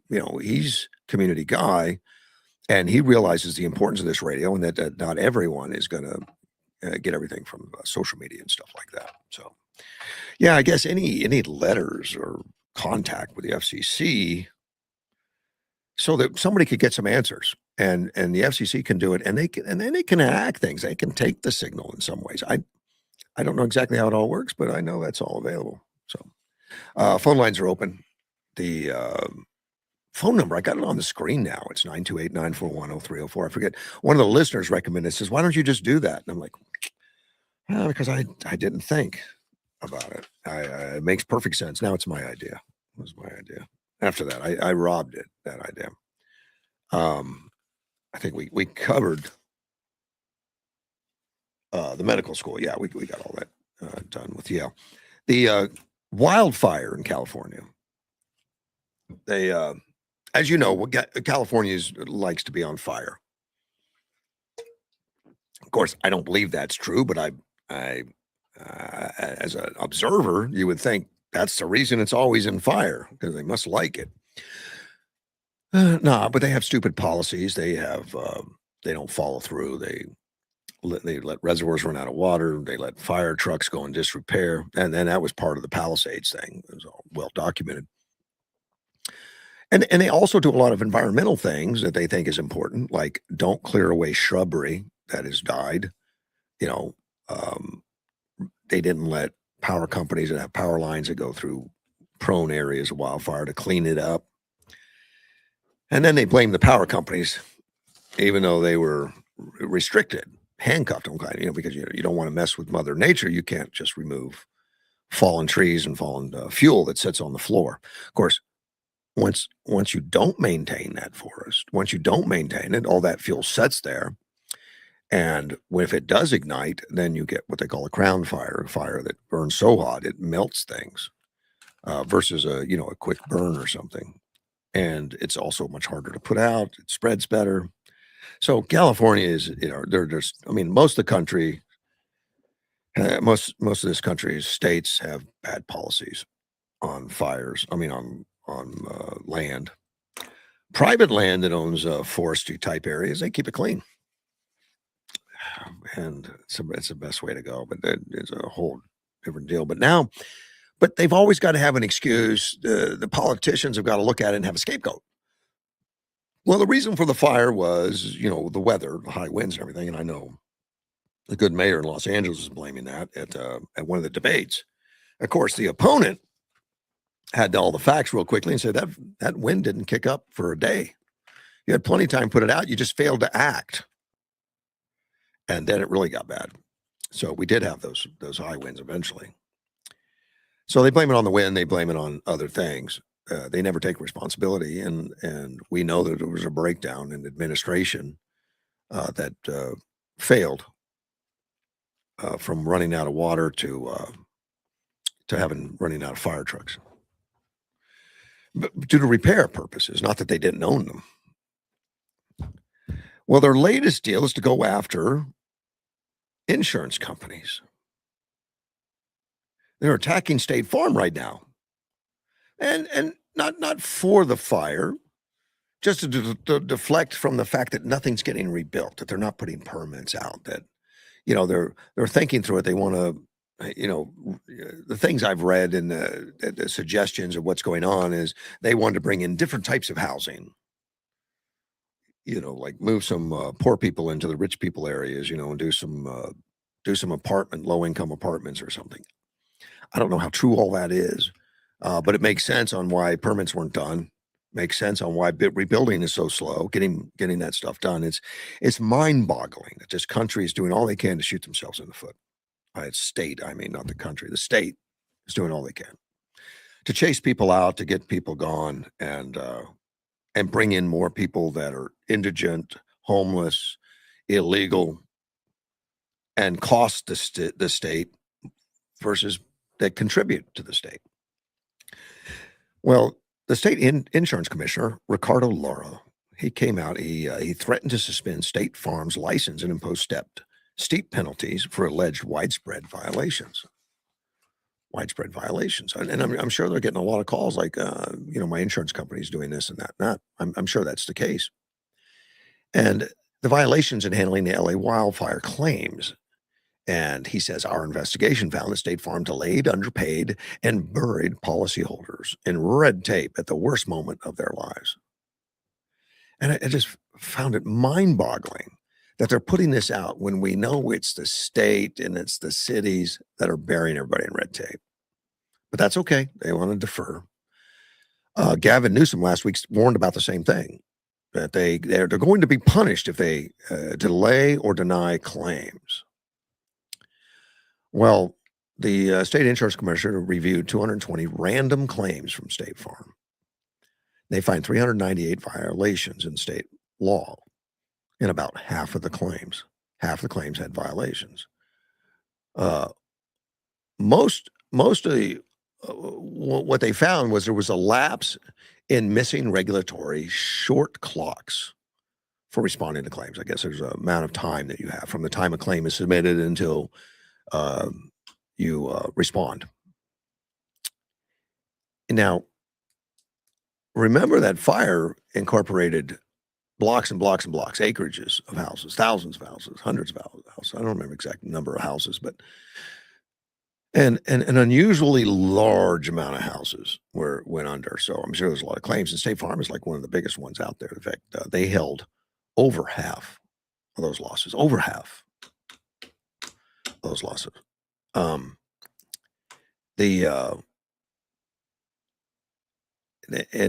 no, I'm sorry, half, over 1/3. They have 1/3 of the claims. I'm sorry, they had 1/3 of the claims, and they also got up. They said they were underpaying claims. They reviewed in his reviews. They found that there was a $40,000 underpaid, or $182 per claim. That's what they came up with. To me, that sounds like a rounding error. It doesn't sound like I mean, they came up with $182 per claim, short what they should have paid. The state's not even in the insurance business as far as that, but they're the oversight. They've paid out, State Farm has paid out alone $1.15 billion just for smoke damage. And they chose not to replace a $20,000 couch. They said, we're not going to replace it for $20,000 couch, get it cleaned. So they're counting that as part of the $40,000 unpaid. Now, state of California also will not allow State Farm to charge more for co-insurance, to have other people help with insurance. Won't charge rate increases. They won't let them do rate increases. That's why a lot of insurance companies have already left the state of California. It's hard to be in a state where they've got rules and policies that are going to cost you a lot of money in claims, and then at the same time say you can't charge for it. It's a wonder State Farm is even there, and particularly now that they're going to single them out. I would. They've really got to look at the pros and the cons of staying in the California. But many insurances have already pulled back from the market. They're already getting the heck out. California is a tough state to do business in the first place, regulatory wise and everything, for most every business, and I'm assuming in insurance also. So, but right now the governor and the state insurance commissioner are blaming State Farm for the problems, because they in their review they found $40,000 underpaid, which averaged out to $182 per claim. So. And one of them was a $20,000 couch that had smoke damage, and they said get it cleaned. I guess I don't know the details on it, but they refused to pay for a $20,000 couch. So they got a red mark from the state of California, and they'll probably come up with these fines. They wouldn't be unusual, charge them millions of dollars because they didn't buy a $20,000 couch. I would assume, but. They're not business-friendly people. It's a wonder businesses want to go there. I know the climate's good, and it's a wonderful state. I loved California. I lived there for a while. It's beautiful, and it's got a lot to offer, but I didn't like it because of the politics. I didn't like it because of the expense. I moved to California out of Denver, Colorado, and I was just shocked that everything costs so much more money. I don't care if you go get your driver's license, was like huge amount of money. I don't remember how much it was at the time, but it was a ton more money than I ever paid for a driver's license. And then my car, I had a Volkswagen Quantum, which is like an Audi kind of thing. It's just got a different label. It's got Volkswagen label instead of Audi label, like an Audi 4000. And I had to pay $600 to transfer that car into California. I was like, I already own the car. Why do I have to pay so? I got billed because of its environmental issues. It didn't do as well on the scale of emissions friendly. I mean, it had all the emission regulations put in. It's an American car. It was made for America. I mean, but they charged it, and there was no way to get around it. I had to pay $600 just to bring it in. $600 that car. I liked it, not that much, but I didn't have time. What was a choice? But everything I bought in that state, everything was just driving me crazy on the expense. It was terrible. I was happy to leave to come to Yuma. I wanted to get out of California, and I don't care if it's only a mile out of California. I'm out of California. That's where Yuma is, right on the border. That's why we're popular for a lot of Californians that want to get out of California, but have contacts. They want to visit grandkids. They want to do all that, but they don't want to pay 2-3 times the cost of living to do all that. In fact, I've got a story here on how much do you need to retire, and it gives you a recommendation state by state and all that kind of stuff. And of course, these are going to be average. It's going to be based on many factors, like where in California you live. I'm sure rural California is going to be cheaper to live than in San Francisco and so on. But same with Arizona. Arizona's on the list, and Phoenix is going to be probably more expensive in some areas than Welton, I would imagine. Yeah, it's just going to work in that way. But when they went through this, and a study was done by something, Money Lion, I don't know the organization, but they analyzed monthly savings needed to retire comfortably across states, like what you need annually. The number one state for expense was Hawaii. That's where you need the most money. And they said retirees in Hawaii have an annual cost of about $90,752 to live comfortably. Now, it doesn't say if it's for a household, a retired household. So I'm assuming retired household would be 2 people, I would assume. It doesn't usually involve the kids that live in the basement, but maybe.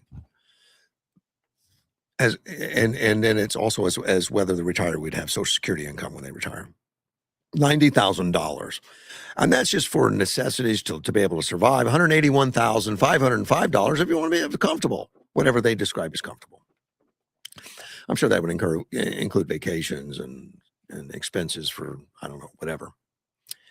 But if they count Social Security, it's $156,000 you need to have in savings, or for annually savings to withdraw $156,000 annually with your Social Security, which most people working don't draw that much. I don't know how you draw that much, but that's what they put down there. Now, if you wanted to retire in Hawaii and you want to start saving for that, and if you had 45 years to save, here's all you need to do. You put away $5,800 a month for 45 years, and it says you can have that kind of money coming in. 45. I don't know who their investment broker is and stuff, but if you $5,800 a month, there's about $70,000 or so a year you put in your retirement savings to be able to withdraw 181,000 or 156,000 a month. I don't know how they figure these numbers out, but as long as they're consistent across the states, at least we can get a comparison and all that. The cheapest state, well, Ted Jenkins, he's the managing partner for Exit Wealth Advisors. He said 2 biggest expenses a retiree needs to look into are the state income taxes and real estate property taxes. I didn't even think of that as being the biggest, but that's 2 of the big ones. And that makes sense. It's why so many people are moving out of places like California and New York, because the cost of living is very expensive from a taxation perspective. Even if you own the house, it is. You own the house, but you're paying a ton of money for everything, and you pay income tax on everything you receive out of retirement. So something to look at. There's a lot of great states out there that are much better. Arizona is in good shape. It's cheaper than Florida, actually. The cheapest state, the lowest state, if you're going to look at the lowest state, West Virginia. West Virginia is it's just west of East Virginia. Yeah. Well, which they didn't put east in the name. They claimed Virginia, so West Virginia had to be West Virginia when they split. I guess they split during the Civil War, or over the Civil War, or over slavery or something. West Virginia didn't want slavery. Well, you only need $29,059 a year. $29,059 a year to live comfortable. But no, comfortable would be $58,000 a year. So if you really want to live high on the hog and, have the car in the garage that the neighbors talk about. It's $58,117 a year. That's a big difference. It's like $100,000 a year cheaper than Hawaii. But if you have a good income from Social Security, they're saying it's only $33,000 a year. So a lot of retirees are going to take that. I mean, going to be able to do that. A lot of retirees have some savings. So instead of saving $5,800 a month, you need to only save $1,230 a month. I don't know a lot of people that put that much money away, but there's some do.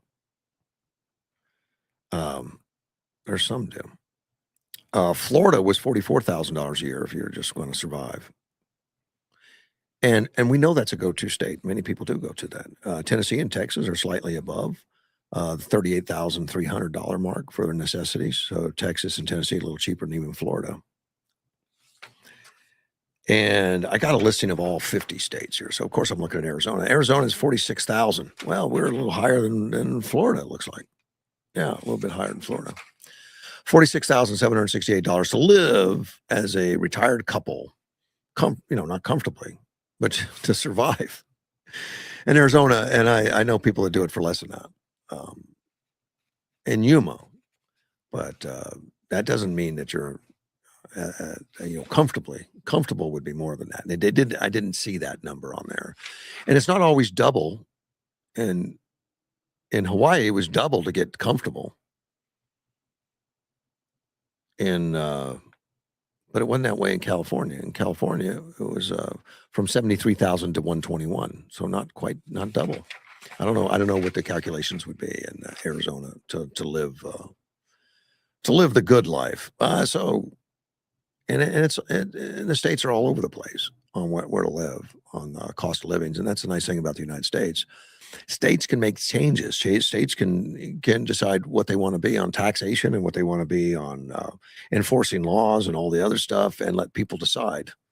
And they're deciding in droves. People are leaving California in droves. They're leaving Illinois. Where's Illinois on this list? Illinois is not that expensive to live in. It's $37,000. Cheaper than Arizona. I'm not moving to Illinois for a lot of reasons. And again, that's an average. It's going to be much different in rural Illinois, which Illinois has a lot of farmland, a lot of rural, versus in Chicago, which is you really don't want to be in Chicago at all. I was surprised with that. Kentucky's 32,000. I know that's a go-to place. A lot of people have been moving to Kentucky and Tennessee. And Tennessee's, I think, what they say, 38,000. Yeah, 38,000 for Texas. Cheaper than Arizona. I'm staying in Arizona. Wisconsin was 39,000. What was Minnesota? They haven't driven that up yet. Once they get all this fraud taken care of, who knows where they're going to be after that. $41,000 in Minnesota. It's cheaper in Minnesota, even though you're paying for the heat bill. Imagine there is one. There has to be. Phone lines are open, 928-941-0304. Let me see. Edward just sent me an article about Susan Collins. They might boot her. I don't know what boot means. Why? I mean, they wouldn't reelect her. She's running for reelection. Susan Collins, a Republican in Maine, which is an odd deal. It's more of a liberal state. She's a Republican, but she's more of a liberal in attitude at times. She does not vote quite often with the Republican Party. Her and Murkowski out of it says Maine might vote out long-term Senator Collins and vote in Graham Plattner. Plattner, again, is the Nazi, the Nazi tattoo, and has Nazi attitude in a lot of social media posts and stuff in the past, and he's deleted. He's racist stuff, a lot of stuff on there that is nothing to be proud of, and that's probably why he took it off. It says he was a different guy back when he was doing all that. Different guy when he got the Nazi tattoo. Said he didn't even know it was a Nazi tattoo, so he wasn't really even well educated at the time. Collins is 73 years old, and she's running for her 6th term. Man. And I'm not a fan of Susan Collins for a variety of reasons. The way she votes and does not stick with what I consider important programs like the SAVE Act and stuff. I don't think she's voting for the SAVE Act. She's made her case for her reelection by arguing she's positioned to deliver more for Maine where others could not. She didn't pull her punches when it came to pointing out that the state would lose if she were to fall. Maine would lose a lot. I don't know. She was elected in 1997 first. She's been around a long time. So she has appropriation shares and everything. So Susan Collins may lose. I guess it's tight.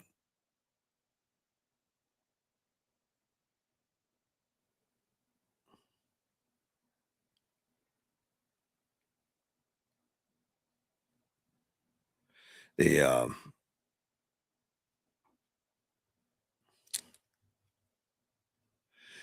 let me see. One of my listeners said, read yesterday that there are more Hawaiians living on the mainland than on the island. I don't doubt that. They cannot afford housing. The natives don't care that Hollies, I guess that's non-natives, their term for white people and mainlanders, properties are being bought as rentals and investments by them, and that they price the locals out of the market.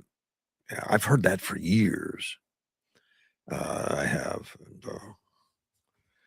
That it's an expensive place. I'd love visiting Hawaii. I haven't been there in, gosh, 10 years or better.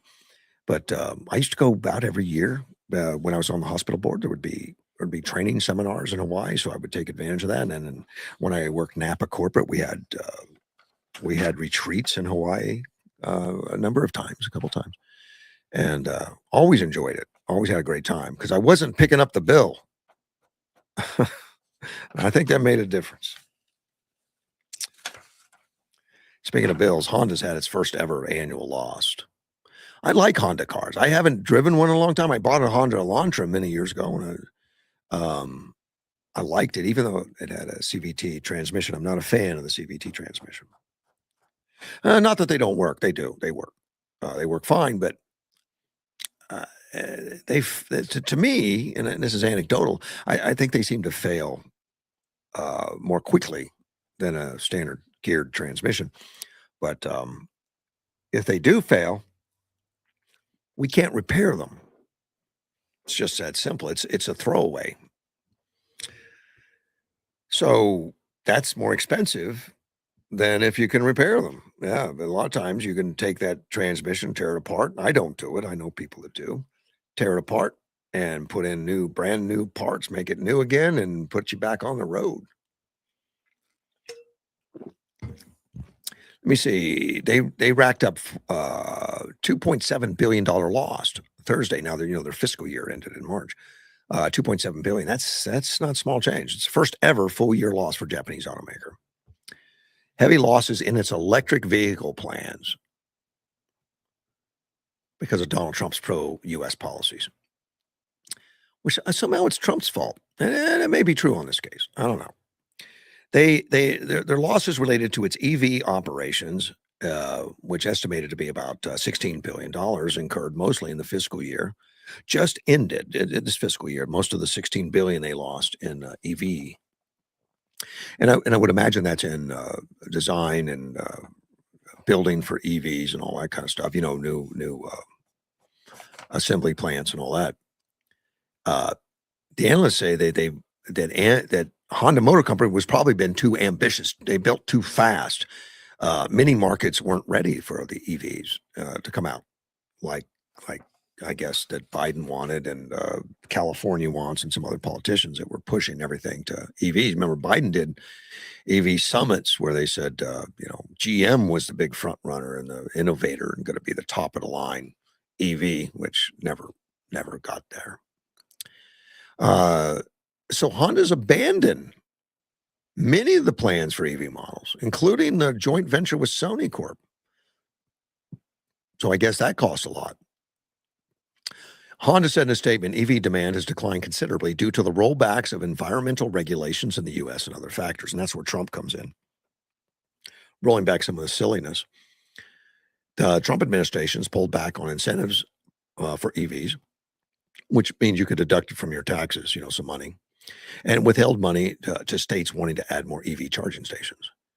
Yeah.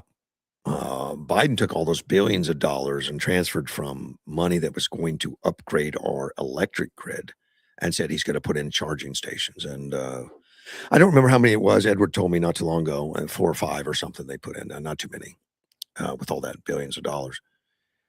Even as gas prices have soared over the war in Iran, Trump has blocked California's stringent electric vehicle mandates last year, backpedaling on the shift to environmental models.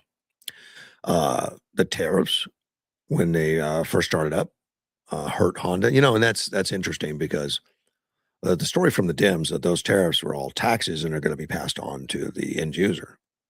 No, that hasn't been the case.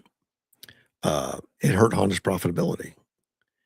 Now it's been lowered to 15%, but the initial 25% hurt the Honda's, put a dent in the profitability.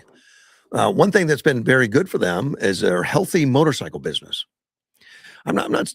It doesn't say the car business wasn't healthy. It's just that the EVs really cost them. The overall sales for the fiscal year through March rose 0.5% to $138 billion in motorcycles. A lot of that went to India. Now, they make the Accord sedan, the Super Cub motorcycle. I don't even know what a Super Cub looks like. They sold 3.4 million vehicles around the world, down from 3.7 million the previous year. So that's not good. They sold 22.1 million motorcycles, up from 20 million.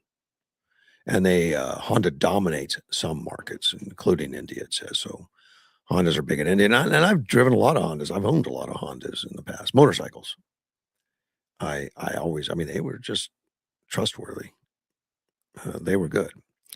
It's not the Harley image that a lot of people are looking for. They're looking for that nameplate and that unique motor sound. Honda fits a different niche, one of reliability and stuff. And if you talk to a Harley owner, every part's $100. I mean, it's expensive to own a Harley. It just is. Honda's a little more cost savings, I think, and they make that. The bigger one, I can't remember what the name of it is, but the big one, which was always very comfortable, a nice road bike and all that, but it just didn't have the styling and pizzazz of a Harley, so it didn't hold its value. So you can pick them up used pretty cheap. Let me see. The Honda forecast return to profit for the fiscal year through March 27. So they think they're projecting they're going to make about 1.7 billion this current year. Now the current executive, Toshihiro, he has a new growth strategy. He's going to continue to the pursuit of carbon neutrality, but he acknowledged the need to work on hybrids and regular gasoline engine models as well, and not just electric vehicles. And the reporters have asked me, you consider stepping down. You did a bad job. You led Honda down the wrong pathway. You lost a bunch of money. You're going to step down. And his answer is, we will continue our research to develop future technologies, including electric vehicle batteries. We will get back to on the growth track. And he plans to get that done first before he considers any stepping down. So I guess he's going to delay any step down talk at all. Getting back to Trump's China visit, just some things on there on some Trump quotes. He wrapped, he's back now. He's already wrapped up his thing in Beijing. He says, I think a lot of good has come from it. Now, that's not what the liberals are going to put in there. They're going to find something negative, but yet to be seen yet. Well, I'll have to check tonight and see how many darts they throw at him. He says, we made some fantastic trade deals, great for both countries. He said the two leaders discussed Iran, the need for the country cannot obtain nuclear weapon. And I was listening to some liberal stuff yesterday, and I thought that was decided early on. I thought that was discussed early on, and it was already released. But I think it was Ford on the 5 that said he's yet to hear anything that says that Xi is wanting to keep the nuclear weapon out of China, but I mean out of Iran.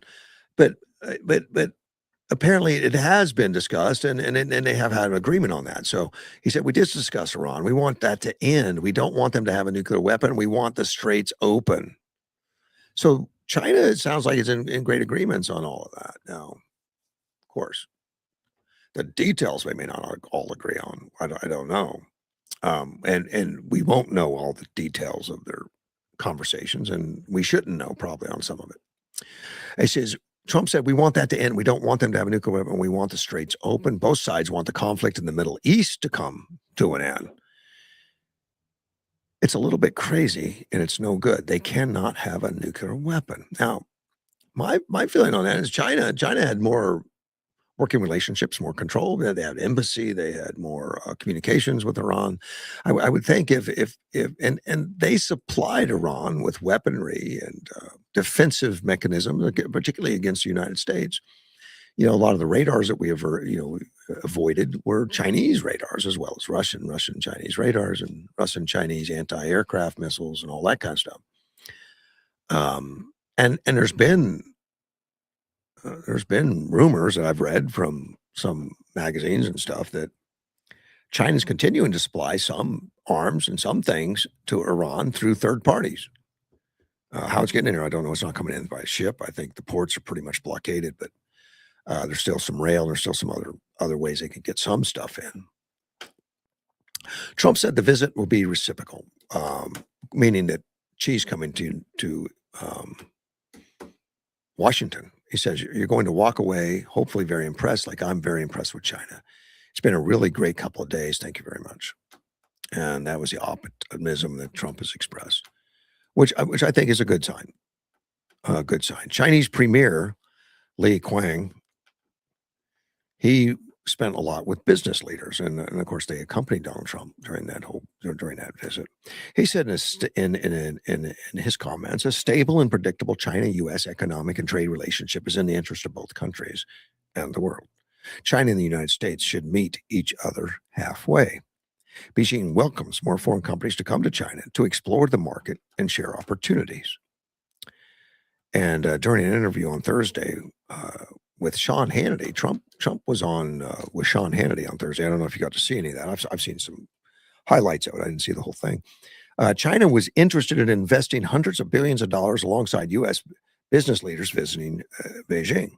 Those business people are here to make deals and to bring back jobs. We'll see. I think a lot of what Trump has already made deals with has already started coming in, but not all of it yet. I don't think he's a guy to give up on it, though. I mean, he'll keep making phone calls and keep doing whatever he has to do to keep that coming. As Trump was departing, and he left Beijing at 2:40 p.m. on Friday, that was today, they had a brief departure ceremony, and that's interesting. They even had a ceremony on departure. When Obama visited, and Greg and I talked about this earlier, the arrival of Obama on Air Force One, they did not push out the stairs for him. He had to exit Air Force One on the stairs. No stairs are in the back of the plane. It's closer to the ground. So he had to walk out the back door, and then there's no red carpet. There's no military. There's no greeters. Trump had greeters on his way out, it looks like, let alone the fanfare of him landing. So, and I know the left paints that as well. They're just appeasing Trump's ego because they know they'll get things away from him. Trump's not smart enough, I guess, to think that, they're just sucking up to him or something. I think Trump's got that figured out.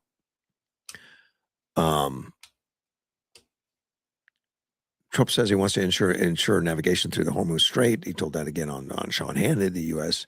and Iran continue to negotiate. And again, I think they could. I think if China's involved, that Iran thing could come quickly if it's true. If it's true that they want it, and I don't mean militarily, but I would think that they have enough pull because of their purchases of oil and all that, and Iran doesn't have many allies. Russia and China are two biggest, of course. And if China does something to say, we're going to pull back, then I would think that would mean something, but I don't know. I don't know. Nothing's made sense with the leadership in Iran yet, but maybe this would help. Let me see. Trump had lunch on Friday with Chinese president. And according to the White House, the menu included codfish, seafood soup, crispy and stir-fried lobster balls, pan-seared beef fillet stuffed with morel mushrooms, kung pao chicken and scallops, braised seasonal greens, bamboo shoots, mushrooms and beans, stewed beef in a bun, steamed pork and shrimp dumplings. Okay, that's a bigger lunch than I'm used to, I think. And of course, there was dessert with brownies, fruit, ice cream, along with coffee and tea. So he got to load up. Trump got to load up. I guess he's skipped dinner after something like that, I would think. Zongnahai Garden. I guess they went to visit. I don't know what that is, but they went together on Friday. Trump praised the setting. I like it. I like this place. I could get used to it. So he probably took back a lot of ideas. We may have a garden now outside the ballroom. Don't put it past him. But don't worry, he'll find somebody to pay for it. He described the trip as incredible, and he said it produced major trade deals. I hope so. It would be nice to have trade deals with China that's not a threat to national security. Right now, the reality that we've got so many eggs in one basket with China that we depend on things like pharmaceuticals and most of that comes from China, at least the raw material and everything comes from China. We depend on rare earth minerals for everything, magnets and everything else, and everything that goes into our militaries on rare earth minerals. And basically they're probably 80-90% of the supply. They could cut us off and it's very dangerous. So a lot of that's going on to diversify, and it needs to be. It doesn't mean we cut off business deals and business trades, but there needs to be a diversification on things. Component parts for our military at times are bought offshore. Doesn't mean the whole plane's bought offshore, but if it is a plane or what other military supplies, but it starts to become national security interest, and I think there's been a lot more attention to that. That doesn't mean you cut off everything from China, but my feeling towards China personally has been fairly negative as of late. With China wanting to take over the world, at least that's the way it seems, and they probably look at us and think we're trying to take over the world. Although, Greenland, the 51st state, and Ottawa, next state, and then Venezuela and Cuba. Well, we could have 55 states under Trump. I don't believe any of that's ever going to happen. I mean, I'm not under Trump. It's not going to happen. I don't believe that stuff's going to happen any quickly. I heard Kamala Harris, though, the other day talking about priorities within the Democrat Party. I think she'd been drinking. I can't tell. It sounded like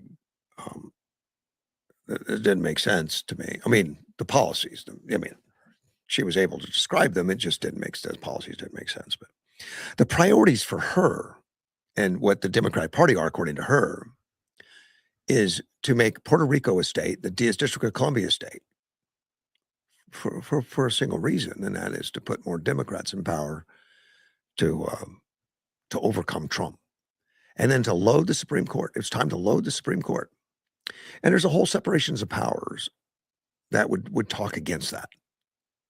That would talk against that. We do have a separation of powers where there's supposed to be a balance, between the legislative, the executive branch, and the judicial branch.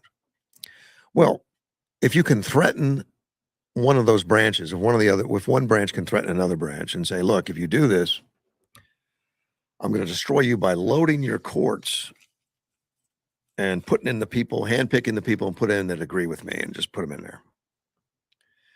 And I think the Democrats are serious about their desire to do that. She also said that she would do away with the filibuster. She would do away, with the sanctity of the Supreme Court by just loading it up. Roosevelt wanted to do that. He wasn't happy that he couldn't get his way on everything. He was very much a progressive himself, and he wanted to go around and get things done. And constitutionally, he couldn't, and the Supreme Court reminded him of that at times. So he just wanted to load it up, and that got shot down in the in the legislature, even though it was a Democrat legislature. I think today's Democrats are different. I think they would let whoever's president go as socialist and as communist as they wanted. And that's a real fear. It's a real fear. And Kamala Harris is just saying it out loud. That those are things that they're looking at is how to get in power and keep it forever. And Roosevelt did a good job of it. I mean, I don't know how many was it, 50 years after that there was not a Republican and majority in the House or Senate for 50 years or something, or Congress. And I could have that wrong, and correct me if I do, but it was something like that. After Roosevelt, did all that, and then the gerrymandering that was allowed under the Voters Act, which was not intended, and the Supreme Court pointed that out. The Voters Act, it said we had to have my minority majority leadership. In some of these, in states that as they gerrymandered to make sure that there was some districts that were going to be automatic, blacks. That's the minority of choice, I guess, because of the numbers. But that's a Democrat opportunity because, as you know, historically, the blacks are 90 to 99% in support of Democrat candidates. They have been for many years since after the Civil War. Well, right after the Civil War, they were majority Republican, but I guess after Jim Crow and after KKK and all that other stuff, they became majority Democrat. So anytime you could say, let's make these districts minority majority, it became a windfall for Democrat Party. And that's why they're screaming so loud that the Supreme Court says that's racist and you can't pick on race. It's just that simple. We have policies against race selection as a to say that's how we're going to decide on hiring people or decide on putting people in office is according to race. It's not legal. States are trying to get around it real quick, and they're panicking right now. They're panicking. They're ready to pack the Supreme Court to get rid of them all. Remember in Virginia, the Virginia Supreme Court, not the federal, but the Virginia Supreme Court, said that what they were doing in Virginia with the redistricting was illegal according to their own state constitution, which spells out how these things are done. And they broke all the rules. They didn't care in Virginia. They didn't care. But the Supreme Court says you can't do it. So now they came up with a plan. I don't think it'll be enacted. I hope not. To fire everybody in the Supreme Court in Virginia. And the way to do that, they can't do it directly. There's no mechanism that could make that happen anytime soon. But what they can do is lower the mandatory minimum or maximum age, I think to 54 is what they came up with, 54. And that would make him eligible to fire every one of them immediately except one. And he's a progressive, so it's okay. I mean, it's just blatantly obvious political, and that's, of course, that separation of powers. Like we're equal powers, unless you don't do what I want, then I'll fire you. I don't think that is supporting the ideal of equal powers today, the truth. Hopefully that'll never happen. Going to be a Washington, D.C. rally, a major rally against Iran's execution wave, which usually when I hear about rallies, and this one was sent to me by Edward, when I hear about rallies and things, I think of it as it's usually the angry left screaming about something ridiculous, about, rights for gays or something. I'm like, nobody cares. Yeah, they have every right everybody has. What right are you missing that everybody has? But they want extra rights, I guess. For what, I have no idea. But this one's to stop executions in Iran by the current murderous regime. And they're going to be rallying. There's the National Council of Resistance of Iran, the NCRI. They have an office in the United States. And there's going to be one Saturday on May 16th. That's this Saturday. It's tomorrow. It's going to be in the Upper State Park if you're in the area, next to the U.S. Capitol. The banner is to stop the regime's surge in executions and supporting the Iranians' people resistance. I was watching Tosi TV last night on some of the things that's happening in the streets, if they're all true, and of course there's video of it, assuming it's truly Iran. And Tosi has connections in Iran; he can get some video out. There's still some internet available, and there are some pirated satellite type connections, SpaceX type stuff, that they can get some video out. But there's been some burning of buildings that were the regime's buildings, police departments too, and they've a lot of civilians run around with police gear that they've confiscated off of police. It's been very violent. They showed some violence of mobs attacking police officers and stuff.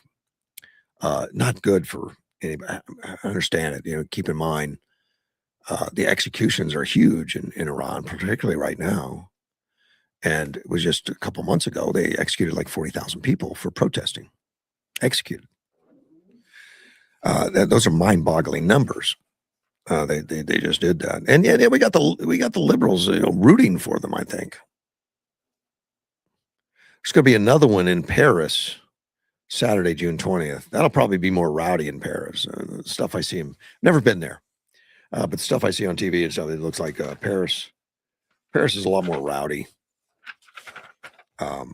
And my understanding of France is they opened up the borders like Biden did in the United States, opened up the borders to have a bunch of, people that don't speak the language and people that don't have any interest in integrating. And then France doesn't really try to integrate them, I understand. But there is a separate type feeling in there from, that's anecdotal but from some of the things I've read that, that's been part of their problem of trying to get these people to feel like it's their home, because they don't want them. They're kind of like, keeping them separate, and that excludes them from opportunities and stuff. But so it is a little rowdier in France, and I think our country, European countries, have done themselves a great disservice. Think we're just going to allow millions of people to come into our country. What bad could happen? It's very expensive. The United States, I don't know how many billions and billions we poured into illegals coming into the country. Billions. Because they put them on the payroll. Some of it through fraud, like in the Somalia land in Minnesota. A lot of it through fraud. A lot of it just direct payments. Getting them into the system that they're not legally allowed to.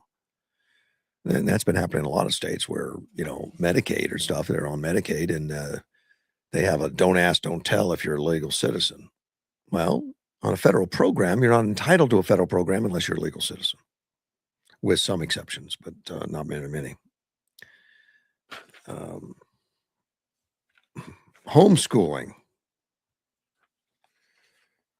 I want to talk about that. It's under attack. It's not under attack just in Arizona. It's under attack in every state. The left wants indoctrinated government schools. I mean, it is a political separation between conservatives and progressives. Progressives want everybody indoctrinated in public schools, which they've been doing for years. The teachers union wants that also. Of course, teachers union, they don't unionize parents when they're homeschooling, so they want to do it for customers. Well, this homeschooling thing has been going on for a long time. It's just getting a lot bigger, is all.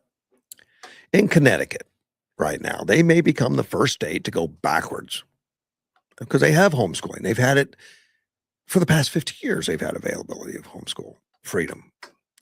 Well, and Connecticut's very liberal. So Connecticut Senate right now just advanced a bill that is described as attacking homeschooling families by a vote of 22-14, mostly along party lines. Now, the party that crossed was the Democrats. There were 3 Democrats that joined Republicans in opposition. I said, we don't really want to kill homeschooling.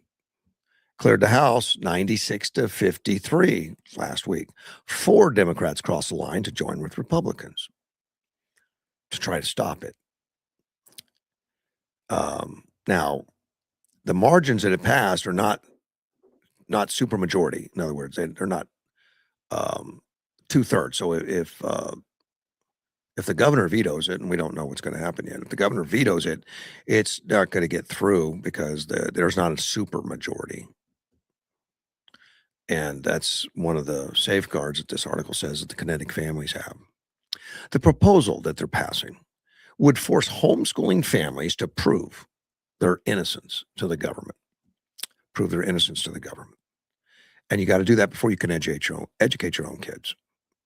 In other words, you're going to require background check and require annual notices of intent and background checks annually by the Department of Children and Families when a child is withdrawn from public school. So if you're in Connecticut and you withdraw from public school and say, I'm going to do homeschooling, you're going to have to put in a notice of intent and background checks every year, which many see this for what it is. It's an attack on homeschooling. It's an attack to regulate and put so much on there that parents don't want to do it. Families would be barred from homeschooling altogether if a parent or any other adult in the household faces an active DCF's investigation or appears on the state's abuse and neglect registry. So anybody that's got a history, I guess, would be barred.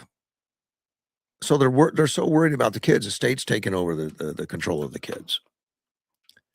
It's repulsive, unfortunately. He said, for decades across states, countries have steadily expanded parents' rights to direct their children's education. Now, this legislative wants to, and Greg and I talked this morning about things that we didn't think could happen in Yuma, Arizona. Like we're immune to it because we're a nice town and we're friendly, and we're not going to get the DEI and the boys in the girls' room and all the stupid stuff that's going on. And we were all wrong. Not only were we wrong, it's here, and they fight for it, including some Republicans fight for it. And it's still going on in some areas. It's just underground. High School Legal Defense Association attorney Ralph Rodriguez said this legislation reversed that progress of homeschooling in one stroke. Everyone agrees that child abuse is a serious concern and the government has an important role in addressing it. But expanding regulation over thousands of homeschooling families is unlikely to solve failures that occur within child protective system itself. The more effective approach is to strengthen the institutions responsible for identifying and responding to abuse rather than placing new regulation burdens on families exercising their constitutional rights. This says Democrat-led states have launched similar assaults on homeschooling in recent years. Now, they've not been successful yet, but California, Illinois, and New Jersey, they've stalled or failed. Connecticut now has emerged as the latest that's got the big hope, big chance. It's passed both houses. Will it get past the the Democrat senator or governor? No one knows yet. Don't know there's a lot of pressure on that governor right now, I'm sure. Connecticut has now emerged as the latest battleground. During the floor debate, Senator Rob DeSantis, a Republican, delivered a closing statement and said parents are not subjects. They are citizens and do not need permission from its state government or anyone else in this room to educate their own children, which I think is exactly right.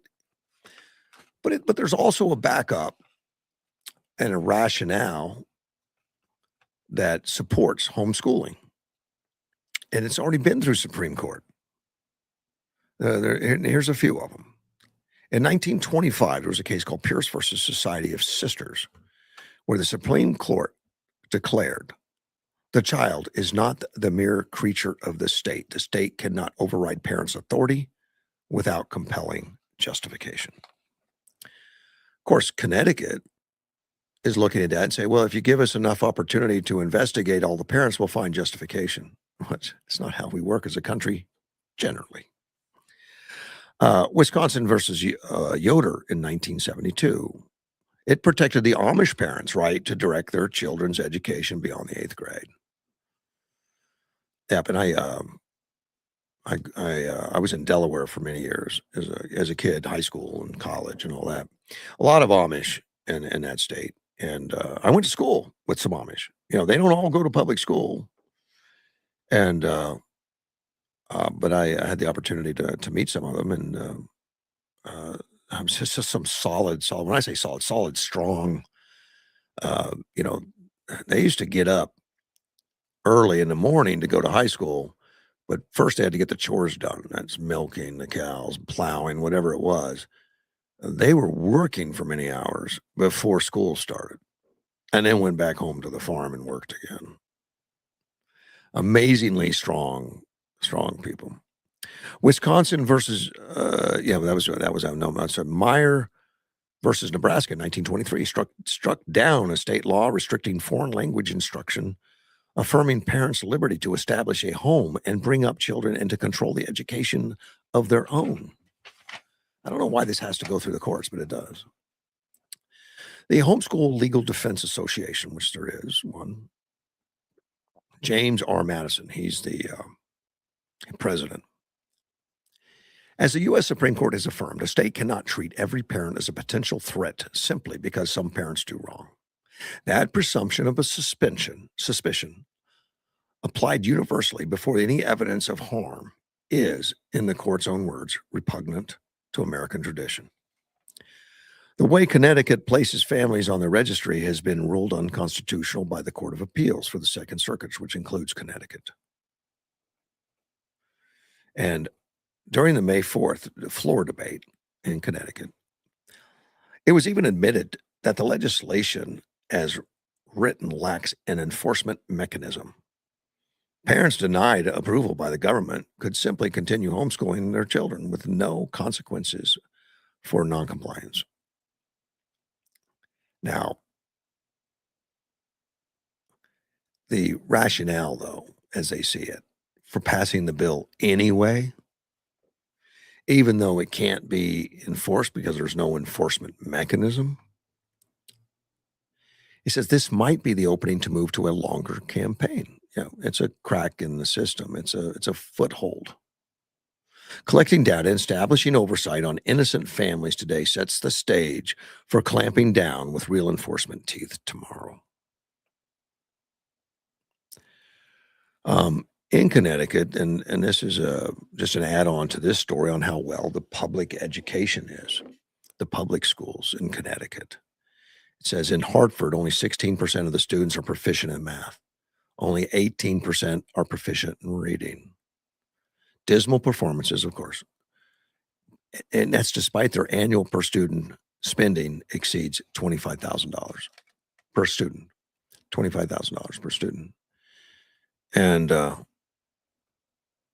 what is it in Yuma? I mean, in Arizona, it's like 15,000, 14 to 15,000, somewhere in there. James Madison says lawmakers should focus on fixing the government monopoly schools under their control before harassing families who have chosen to raise and educate their own children.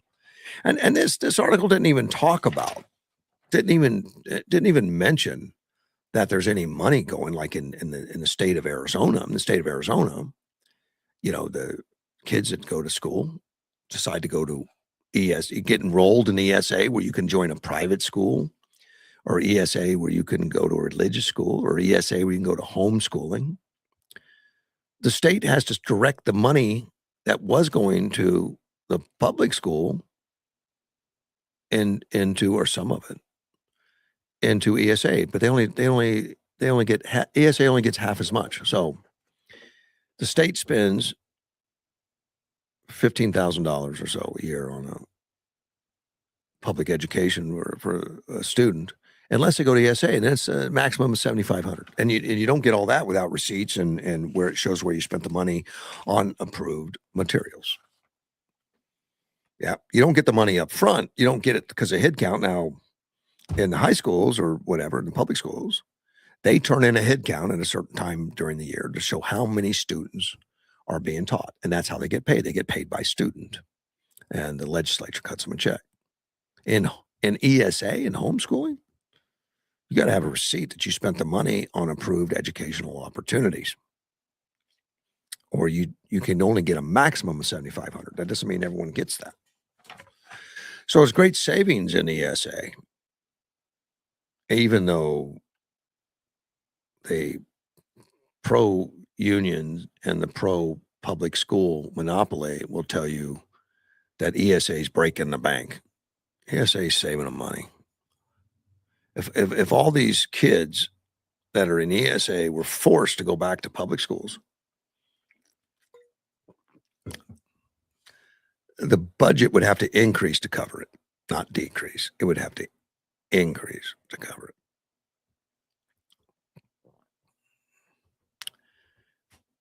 Let me see. Got a story about Dana White.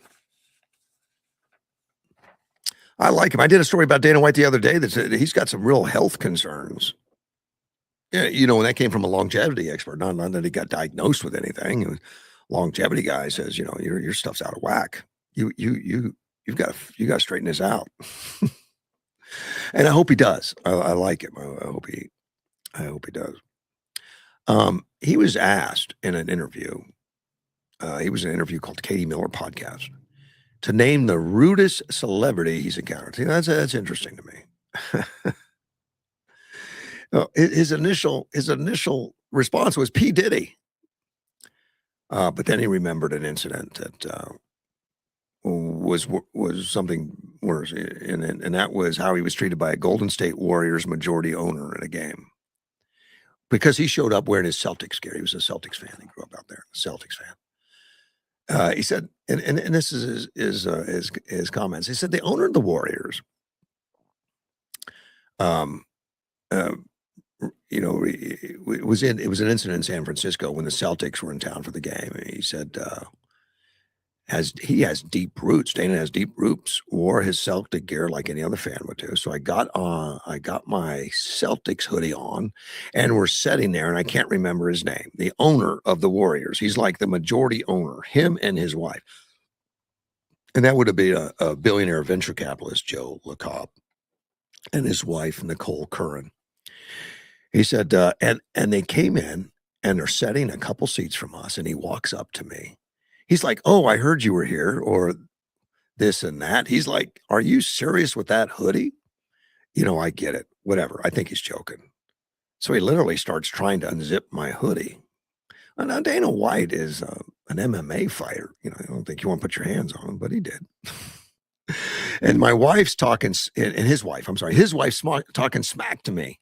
And I think it's all in fun. Nope. The owner's wife holds up her hand that is filled with championship rings, to taunt a little bit. And I thought this was just big egos going at it over their NBA team face-off. But at halftime, he found out that the owner was dead serious. High-profile agent Ari Emanuel, who was at the game, came over to him and I guess leaned in and broke the news to him that in the green room, they were in the green room at halftime. He says he wouldn't be allowed to return to the courtside seat wearing the hoodie. Just flat out told him, "You're not allowed in." And he was in VIP seatings. Don't know if he was a guest or if he bought it. I mean, he can afford to buy the ticket. But I said, "Well, tell him he can keep his stale Blanken pretzels and his Blanken terrible beer." I had to clean that up. "I'll sit here during halftime. I'm not taking my Blanken Celtics hoodie off." It doesn't say whether he sat in the green room during halftime or not. I don't know. Maybe he did. People that put out this article wrote to they asked the state Warriors, the Garden State Warriors, for a response, and they didn't get one. They didn't get one. To me, it depends on who's buying the ticket. I mean, I don't know. Maybe he was a guest, and they gave him a ticket because they do like celebrities sitting around ringside. I say ringside. That's fighting. Courtside. Ringside too would be the fighting. But that was the rudest for Dana White, and I can't imagine too many people being rude to Dana White. He's a nice guy, and he's a tough enough guy. You don't want to get him too upset. Oh, I got something I said the other day, but I didn't bring all the information. I got a call from Publish or Clearinghouse. You older people all know what that is. It's they do these deals where you can win $1 million and all that stuff. Where you're a winner, and I think they sell magazines and stuff like that. But you can register to be in their Publish or Clearinghouse lottery or whatever it is, where they give away this money for, I guess, for marketing purposes. They like to knock on a door and you come to the door and scream and jump up and down and all that stuff. Well, this guy calls me. He says he's from, in fact, my phone said, when I answered the call, it said private number. Now, I answer it because quite often my fact checker, Edward Garrity, will use private numbers. Quite often. It'll come up as that because, he doesn't let people know who he is. And it was Publisher Clearinghouse, and it was a congratulations, you won. I won $10 million and a brand new Ford Escape, 2026. Now, in the conversation, and I talked to him, a lot of people just hang up, maybe. I was curious as to the scam and all that. So, he went into great detail how exciting it is. I'm sure you're going to be excited and all that kind of stuff. We want to make sure you dress right and everything. Asked me if I had a suit or something. And he was just making small talk and he's just trying to feel me out a little bit to see, would I answer the door with enthusiasm and stuff like that. Well, I guess the conversation moved on long enough. He gave me his badge number. Now his name's James Myers, allegedly. The alleged badge number is 955 US. And his phone number, which I did not try to call back. I didn't research the phone number. Oh, I didn't win 10 million. I only won 3.5 million. Okay, my notes are different than my memory. I won 3.5 million. And his phone number is 815-201-1883. And it was a 2026 Ford Explorer. And the prize number, if you gave me a prize number, my prize number is PCA 2622056ZYQ. And he wrote all this to me. He asked me to write it down, so I did. And I think that's part of the scam. The more you write something, you write it, it plants it in your brain a little differently, and it makes it seem more real to you because you just wrote it. So he's getting all those senses engaged. And then he asked me to read it back to him. Again, that's another trigger. We teach some of that in speech instruction and everything else and memory. So you read it back, and I read it back exactly right. And he says, wow, you're a really good reader. And I said, well, that's what I do for a living. I do radio 3 hours a day. In fact, I quite often will interview like the sheriff where we discuss fraud and scams and stuff, which I thought would get him to hang up. He didn't hang up right away. He told me there was another step that I had to do and all that kind of stuff. And there was a form I needed to fill out and all that, because at this point, he hasn't asked me for any identification, social security numbers, bank account numbers, or credit card numbers and stuff like that. And I know that's coming. I mean, that's the way these scams work. They gotta make you believe something that's not true so that you trust them enough. I mean, this guy gave me his phone number. Why wouldn't I trust him? I didn't test it. Well, this form is digitized. It's a digitized form, and he's got to fill it on his computer, but his computer just went down. So he's going to have to talk to me later. He says he'll call me back. He said, if you don't mind, I'll call you back tomorrow. What time's good for you? And I said, well, 10 o'clock. Call me at 10 o'clock tomorrow. I sat by the phone, but he never called me. Publishing Clearinghouse scam. Apparently, they've been out there on the internet. They've been out there on texting. A lot of scams go on. Don't do it. I got one the other day also from QuickBooks. The QuickBooks. I forget the parent company, but QuickBooks called me on my phone. And this happens every year. You got to update. Because QuickBooks is a annual fee. That you pay for. So every year you got to, pay your annual fee because a lot of that's online stuff and updates and rules, regulations, particularly we do payroll and all that kind of stuff. And all that's got to be updated. And we pay for that. And they sounded very convincing. I knew it wasn't true. I knew it. It's not generally how they do business. But the and they sounded real because they sounded like they were in a foreign country, like India or something. It was, you know, I could understand through the accent. I don't know if it's a fake accent. It was probably a real accent. Probably wasn't from India. So it sounded like it could be Publishing Clear. I mean, it could be QuickBooks because a lot of those phone banks are from overseas. And I thanked him for the call and all that. I said, "Look, I'm driving right now. I'm going to have to call you back. I'm going to get. I'll get right back to the office. I'll call you back." Well, no. I can stay on the phone or something. What if I call you tomorrow? Can I call you?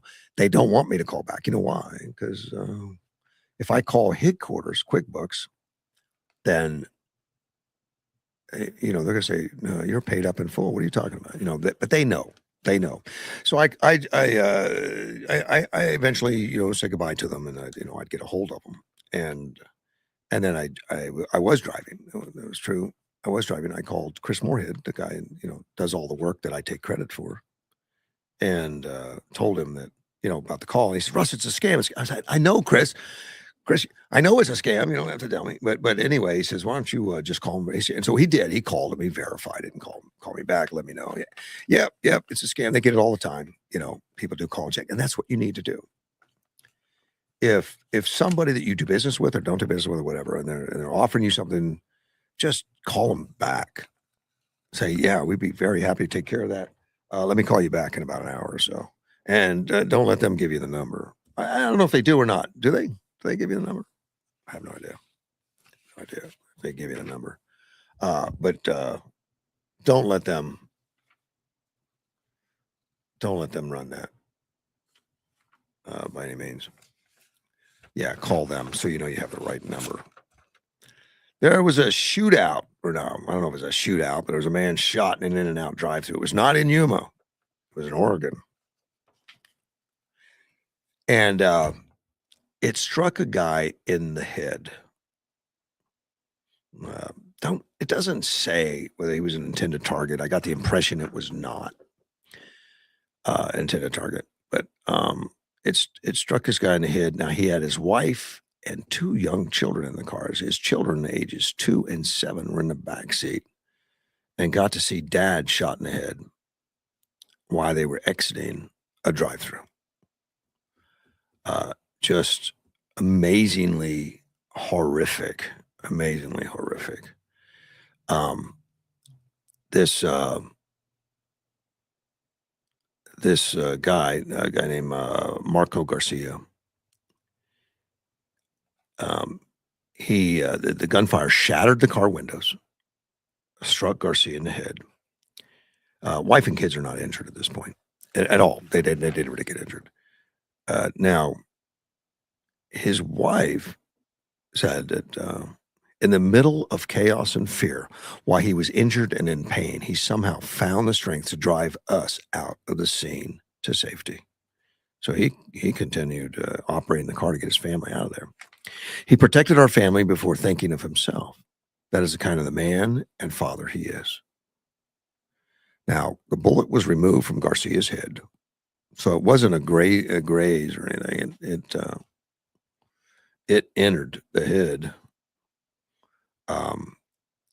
It was surgery in February when it got done. This thing happened on February 9th. It's Marcio, not Marco. Marcio. He did not suffer brain damage, which is good. Maybe bullet slowed down for hitting things or hitting the window. I don't know. So it didn't have. It did not create brain damage, but he's recovering at home. The doctor told us that what we already believe, that there is nothing short of a miracle. Now he faces a long road of rest, healing, and recovery. And they arrested 2 of the guys as suspects. Ethan Adrian Armenta Luganas, 20, and Gabriel Alex Javier, 18, both of Salem, Oregon, right where they all live, including the victims. They were taken into custody on Wednesday. Doesn't say what Wednesday, but faces charge first-degree assault, unlawful use of a weapon, criminal mischief, recklessly endangering another person. There was a third suspect, a 22-year-old Anthony Taylor Marquez, and he's I guess he's considered armed and dangerous. They're looking for him. So he's 20-year-old, 18-year-old, and 22-year-old have a handgun, and they shoot a father while he's in the car with his little kids in the backseat. It's just kind of hard to imagine this kind of stuff going on, and then yet, unfortunately, it happens all too often. I did a little research trying to figure out, and spent a lot of time on it. Are these guys legal citizens? Are they illegal? Whatever. I couldn't get anything on it. None of the articles wrote anything. So perhaps they were born and raised there. And I think it makes a difference. I'm always curious. If we imported all our hate and anger, if we had some homegrown hate and anger. Well, they went to this one guy's house, and they found more guns. You know, young guy has a lot of money for guns, I guess. I'm pro-gun, unless you're using it like this. Not a happy story, but we need to know they happen, just so that we need to know that we can protect against it. Let me see. There's a ranking of best countries report. Let me see. U.S. News and World Report. They're the global authority in ranking and consumer advice. Probably self-announced, I would imagine. These are the 2026 best countries rankings, evaluating 100 nations across 100 data indicators. I didn't go through all the indicators, but I'm always curious what they consider the best. It said amid rising geopolitical tensions and a renewed focus on stability and resilience, the 2026 best countries ranking provided a clear picture of national performance. By adopting a data-driven framework, our new methodology reflects how efficiently nations deliver opportunity and quality of life for their citizens. So I didn't look at all the data points as to what they all stood for. Quality of life to them may be allowing, DEI or something. So I don't know. But overall, the United States ranked 18th overall in rankings. When you look at that, put it all together, highlighting the gap between economic strength and broader quality of life outcome. So, and they have these categories broke down, and of course, overall is a combination of all of them. But when it comes to culture and tourism, United States was number one. And let me see, economic development, United States was number two, beat out by Switzerland.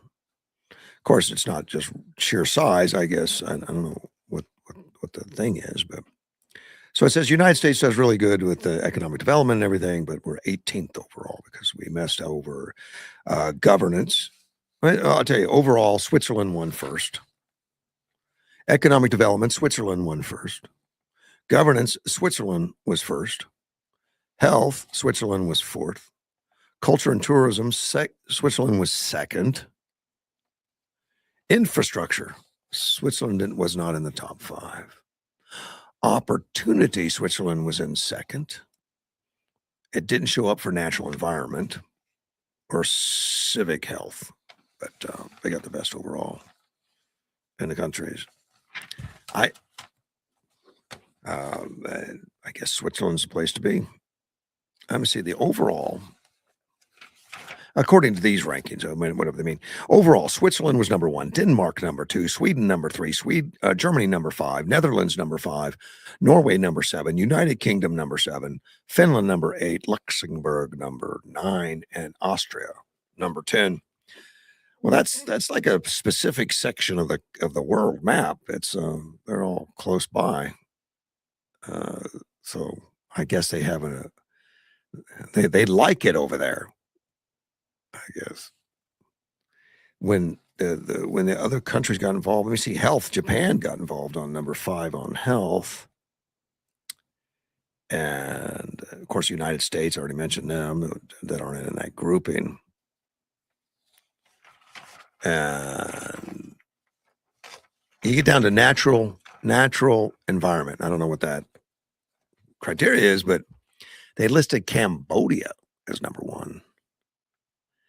Seychelles, I don't know what that is. Slovenia, Croatia, and Latvia, natural environment. And then civic health, Japan got into that one. Other than that, it was all from European countries right there in that area. That's the U.S. News and Report on the best places. Number 1 country, number 1 ranking.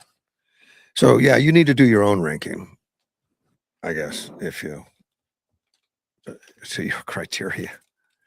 I think I'm going to stay in the United States. CIA whistleblower.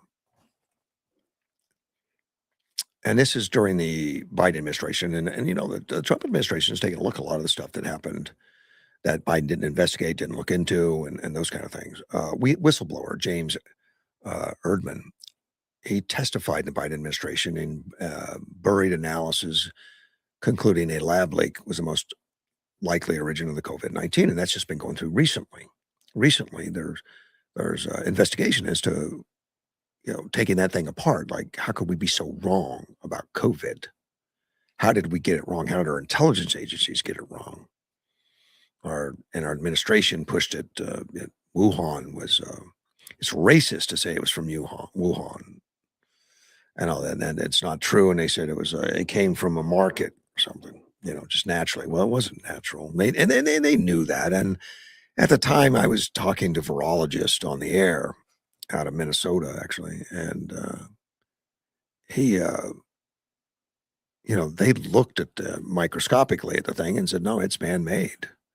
I guess there's some triggers in there that are just so unlikely to happen in nature that it's just it's a real signature that it's man-made.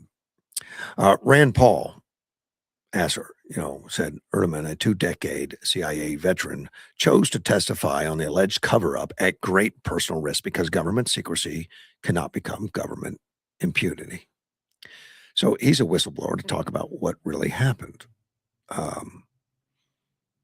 And Paul did the oversight committee, and he subpoenas the testimony and previously interviewed him in classified settings. So they already knew the answers, but Paul wanted to make it public.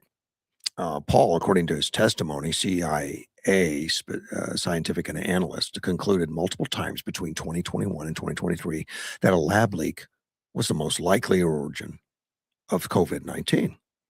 Yet those conclusions never shaped the official narrative, never made the intelligence reports. Congress was never told. It was not until after 2024 election that the outgoing Biden administration directed the CIA to issue an assessment, not because of new intelligence, but so officials could walk out of the door claiming there was nothing left to find. That is not analyst. That's a cleanup operation. Now, Erdman publicly testified before the panel. And lots of opposition from the CIA, apparently. They didn't want him to do it publicly. They called the COVID origins hearing political theater. I don't think, it's about credibility. It's about who's telling the truth. It's about, going public with great mistakes. And I think there's some healing in that, possibly. I do. CIA spokesman Liz Lyons said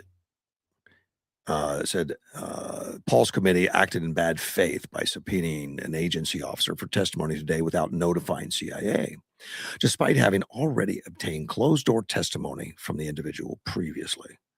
The witness testifying today is not appearing as a whistleblower in pursuit of the truth, but instead a response to subpoena issued by Chairman Paul. Well, that's all true. I think it's all relevant. And what Chairman Paul wants to do is get the public to understand the government that we're dealing with. How government can go awry. Carol Thompson, the attorney for Erdogan, said her client was concerned about retaliation by the CIA, but declined to comment further. He does allege, Erdogan alleges Fauci helped suppress COVID origins, prompting calls for criminal prosecution following Erdogan's testimony.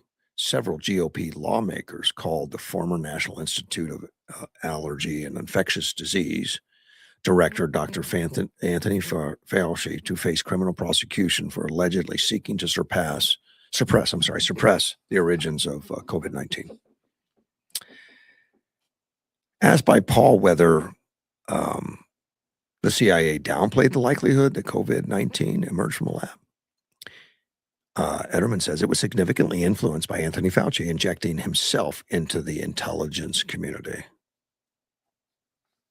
which I think we all understood that Fauci was a liar. It's comforting to know it's being proven, not just by Paul, but I think I feel better about it, that it's not just agree, disagree with the Democrats anymore. You talk about the Democrats being, Fauci being a liar and everything. Well, you have no proof of that. No, now we do. We do. That's really good. So shut up about it. Now all they can say is you're a racist or something, to shut the comment down or shut down the conversation.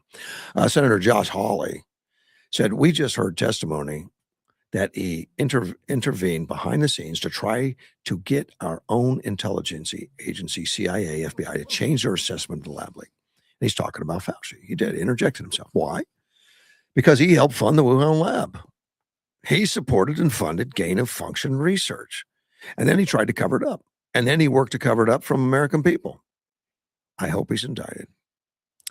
Now, there's this hearing is after the statute of limitation deadline for Fauci to face criminal charges regarding his testimony passed earlier this week. Which I don't know if that's I don't know if that's an issue or not. I mean, I don't know if he could still face something. But Paul said whether the DOJ decides to charge Fauci or not, I'm not letting up. He's long called Fauci be indicted for allegedly lying to Congress about gain-of-function research in Wuhan, China, linked to COVID-19 pandemic. Fauci has vigorously denied the allegations. Paul says, I've sent several criminal referrals on Anthony Fauci to the Justice Department, and I hope they will be pursuing it at this time. One of the problems may be Joe Biden. Joe Biden, as you know, he issued a preemptive pardon for Fauci. Because everybody knew Fauci was lying, including Joe Biden. Maybe he didn't know, but people around him, his handlers, knew that he was lying. And I didn't realize, but that pardon, Fauci, was done on the last day with just hours left in his term, just hours. Donald Trump has declared that full pardon null and void because it was signed via auto pen, but his administration is yet to make that argument in court. So I don't know if that's been to court, and I don't know what's ever happened to that. And I don't know how many presidents ever used auto pen for something like that. Now, auto pen we know is used for birthday cards and stuff, but whether or not it's official stuff, it's apparently rare, but who knows? A senior advisor to Fauci, David Morens, was indicted by federal grand jury last month for concealing the origins of COVID-19 pandemic. Senator Ron Johnson demands apology from the CIA director, Radcliffe, and they should. I mean, so many directors and staff and people sat in front of Congress and just lied. CIA spokeswoman Lyons, Liz Lyons, Lyons, Lyons. That's not lying. She's not a liar. Maybe she's a liar. I don't know.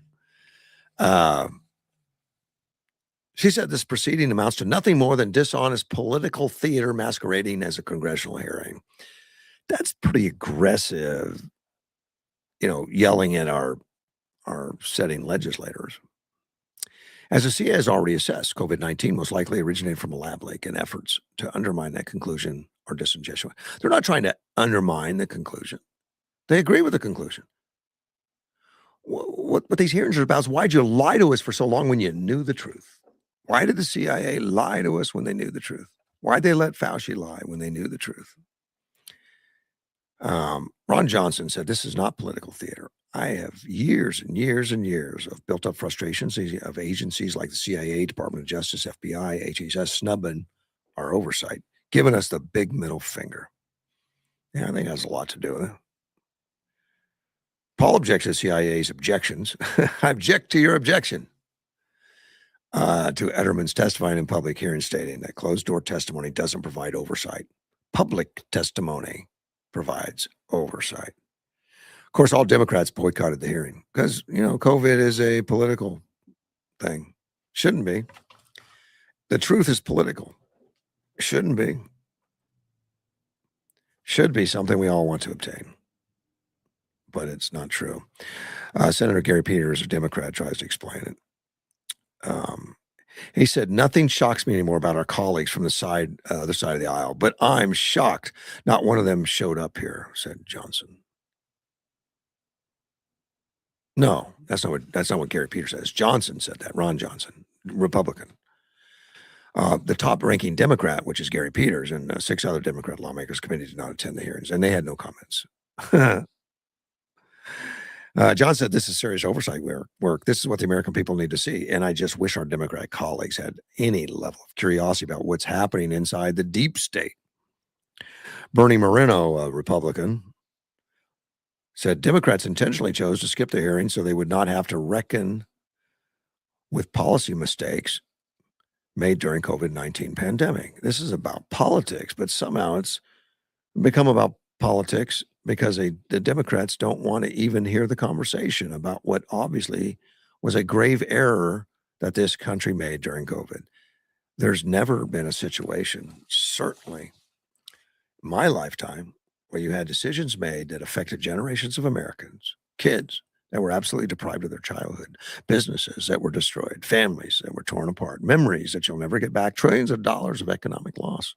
CIA failed to comply with COVID origins investigation. That's what Erdeman alleges. Erdeman says it.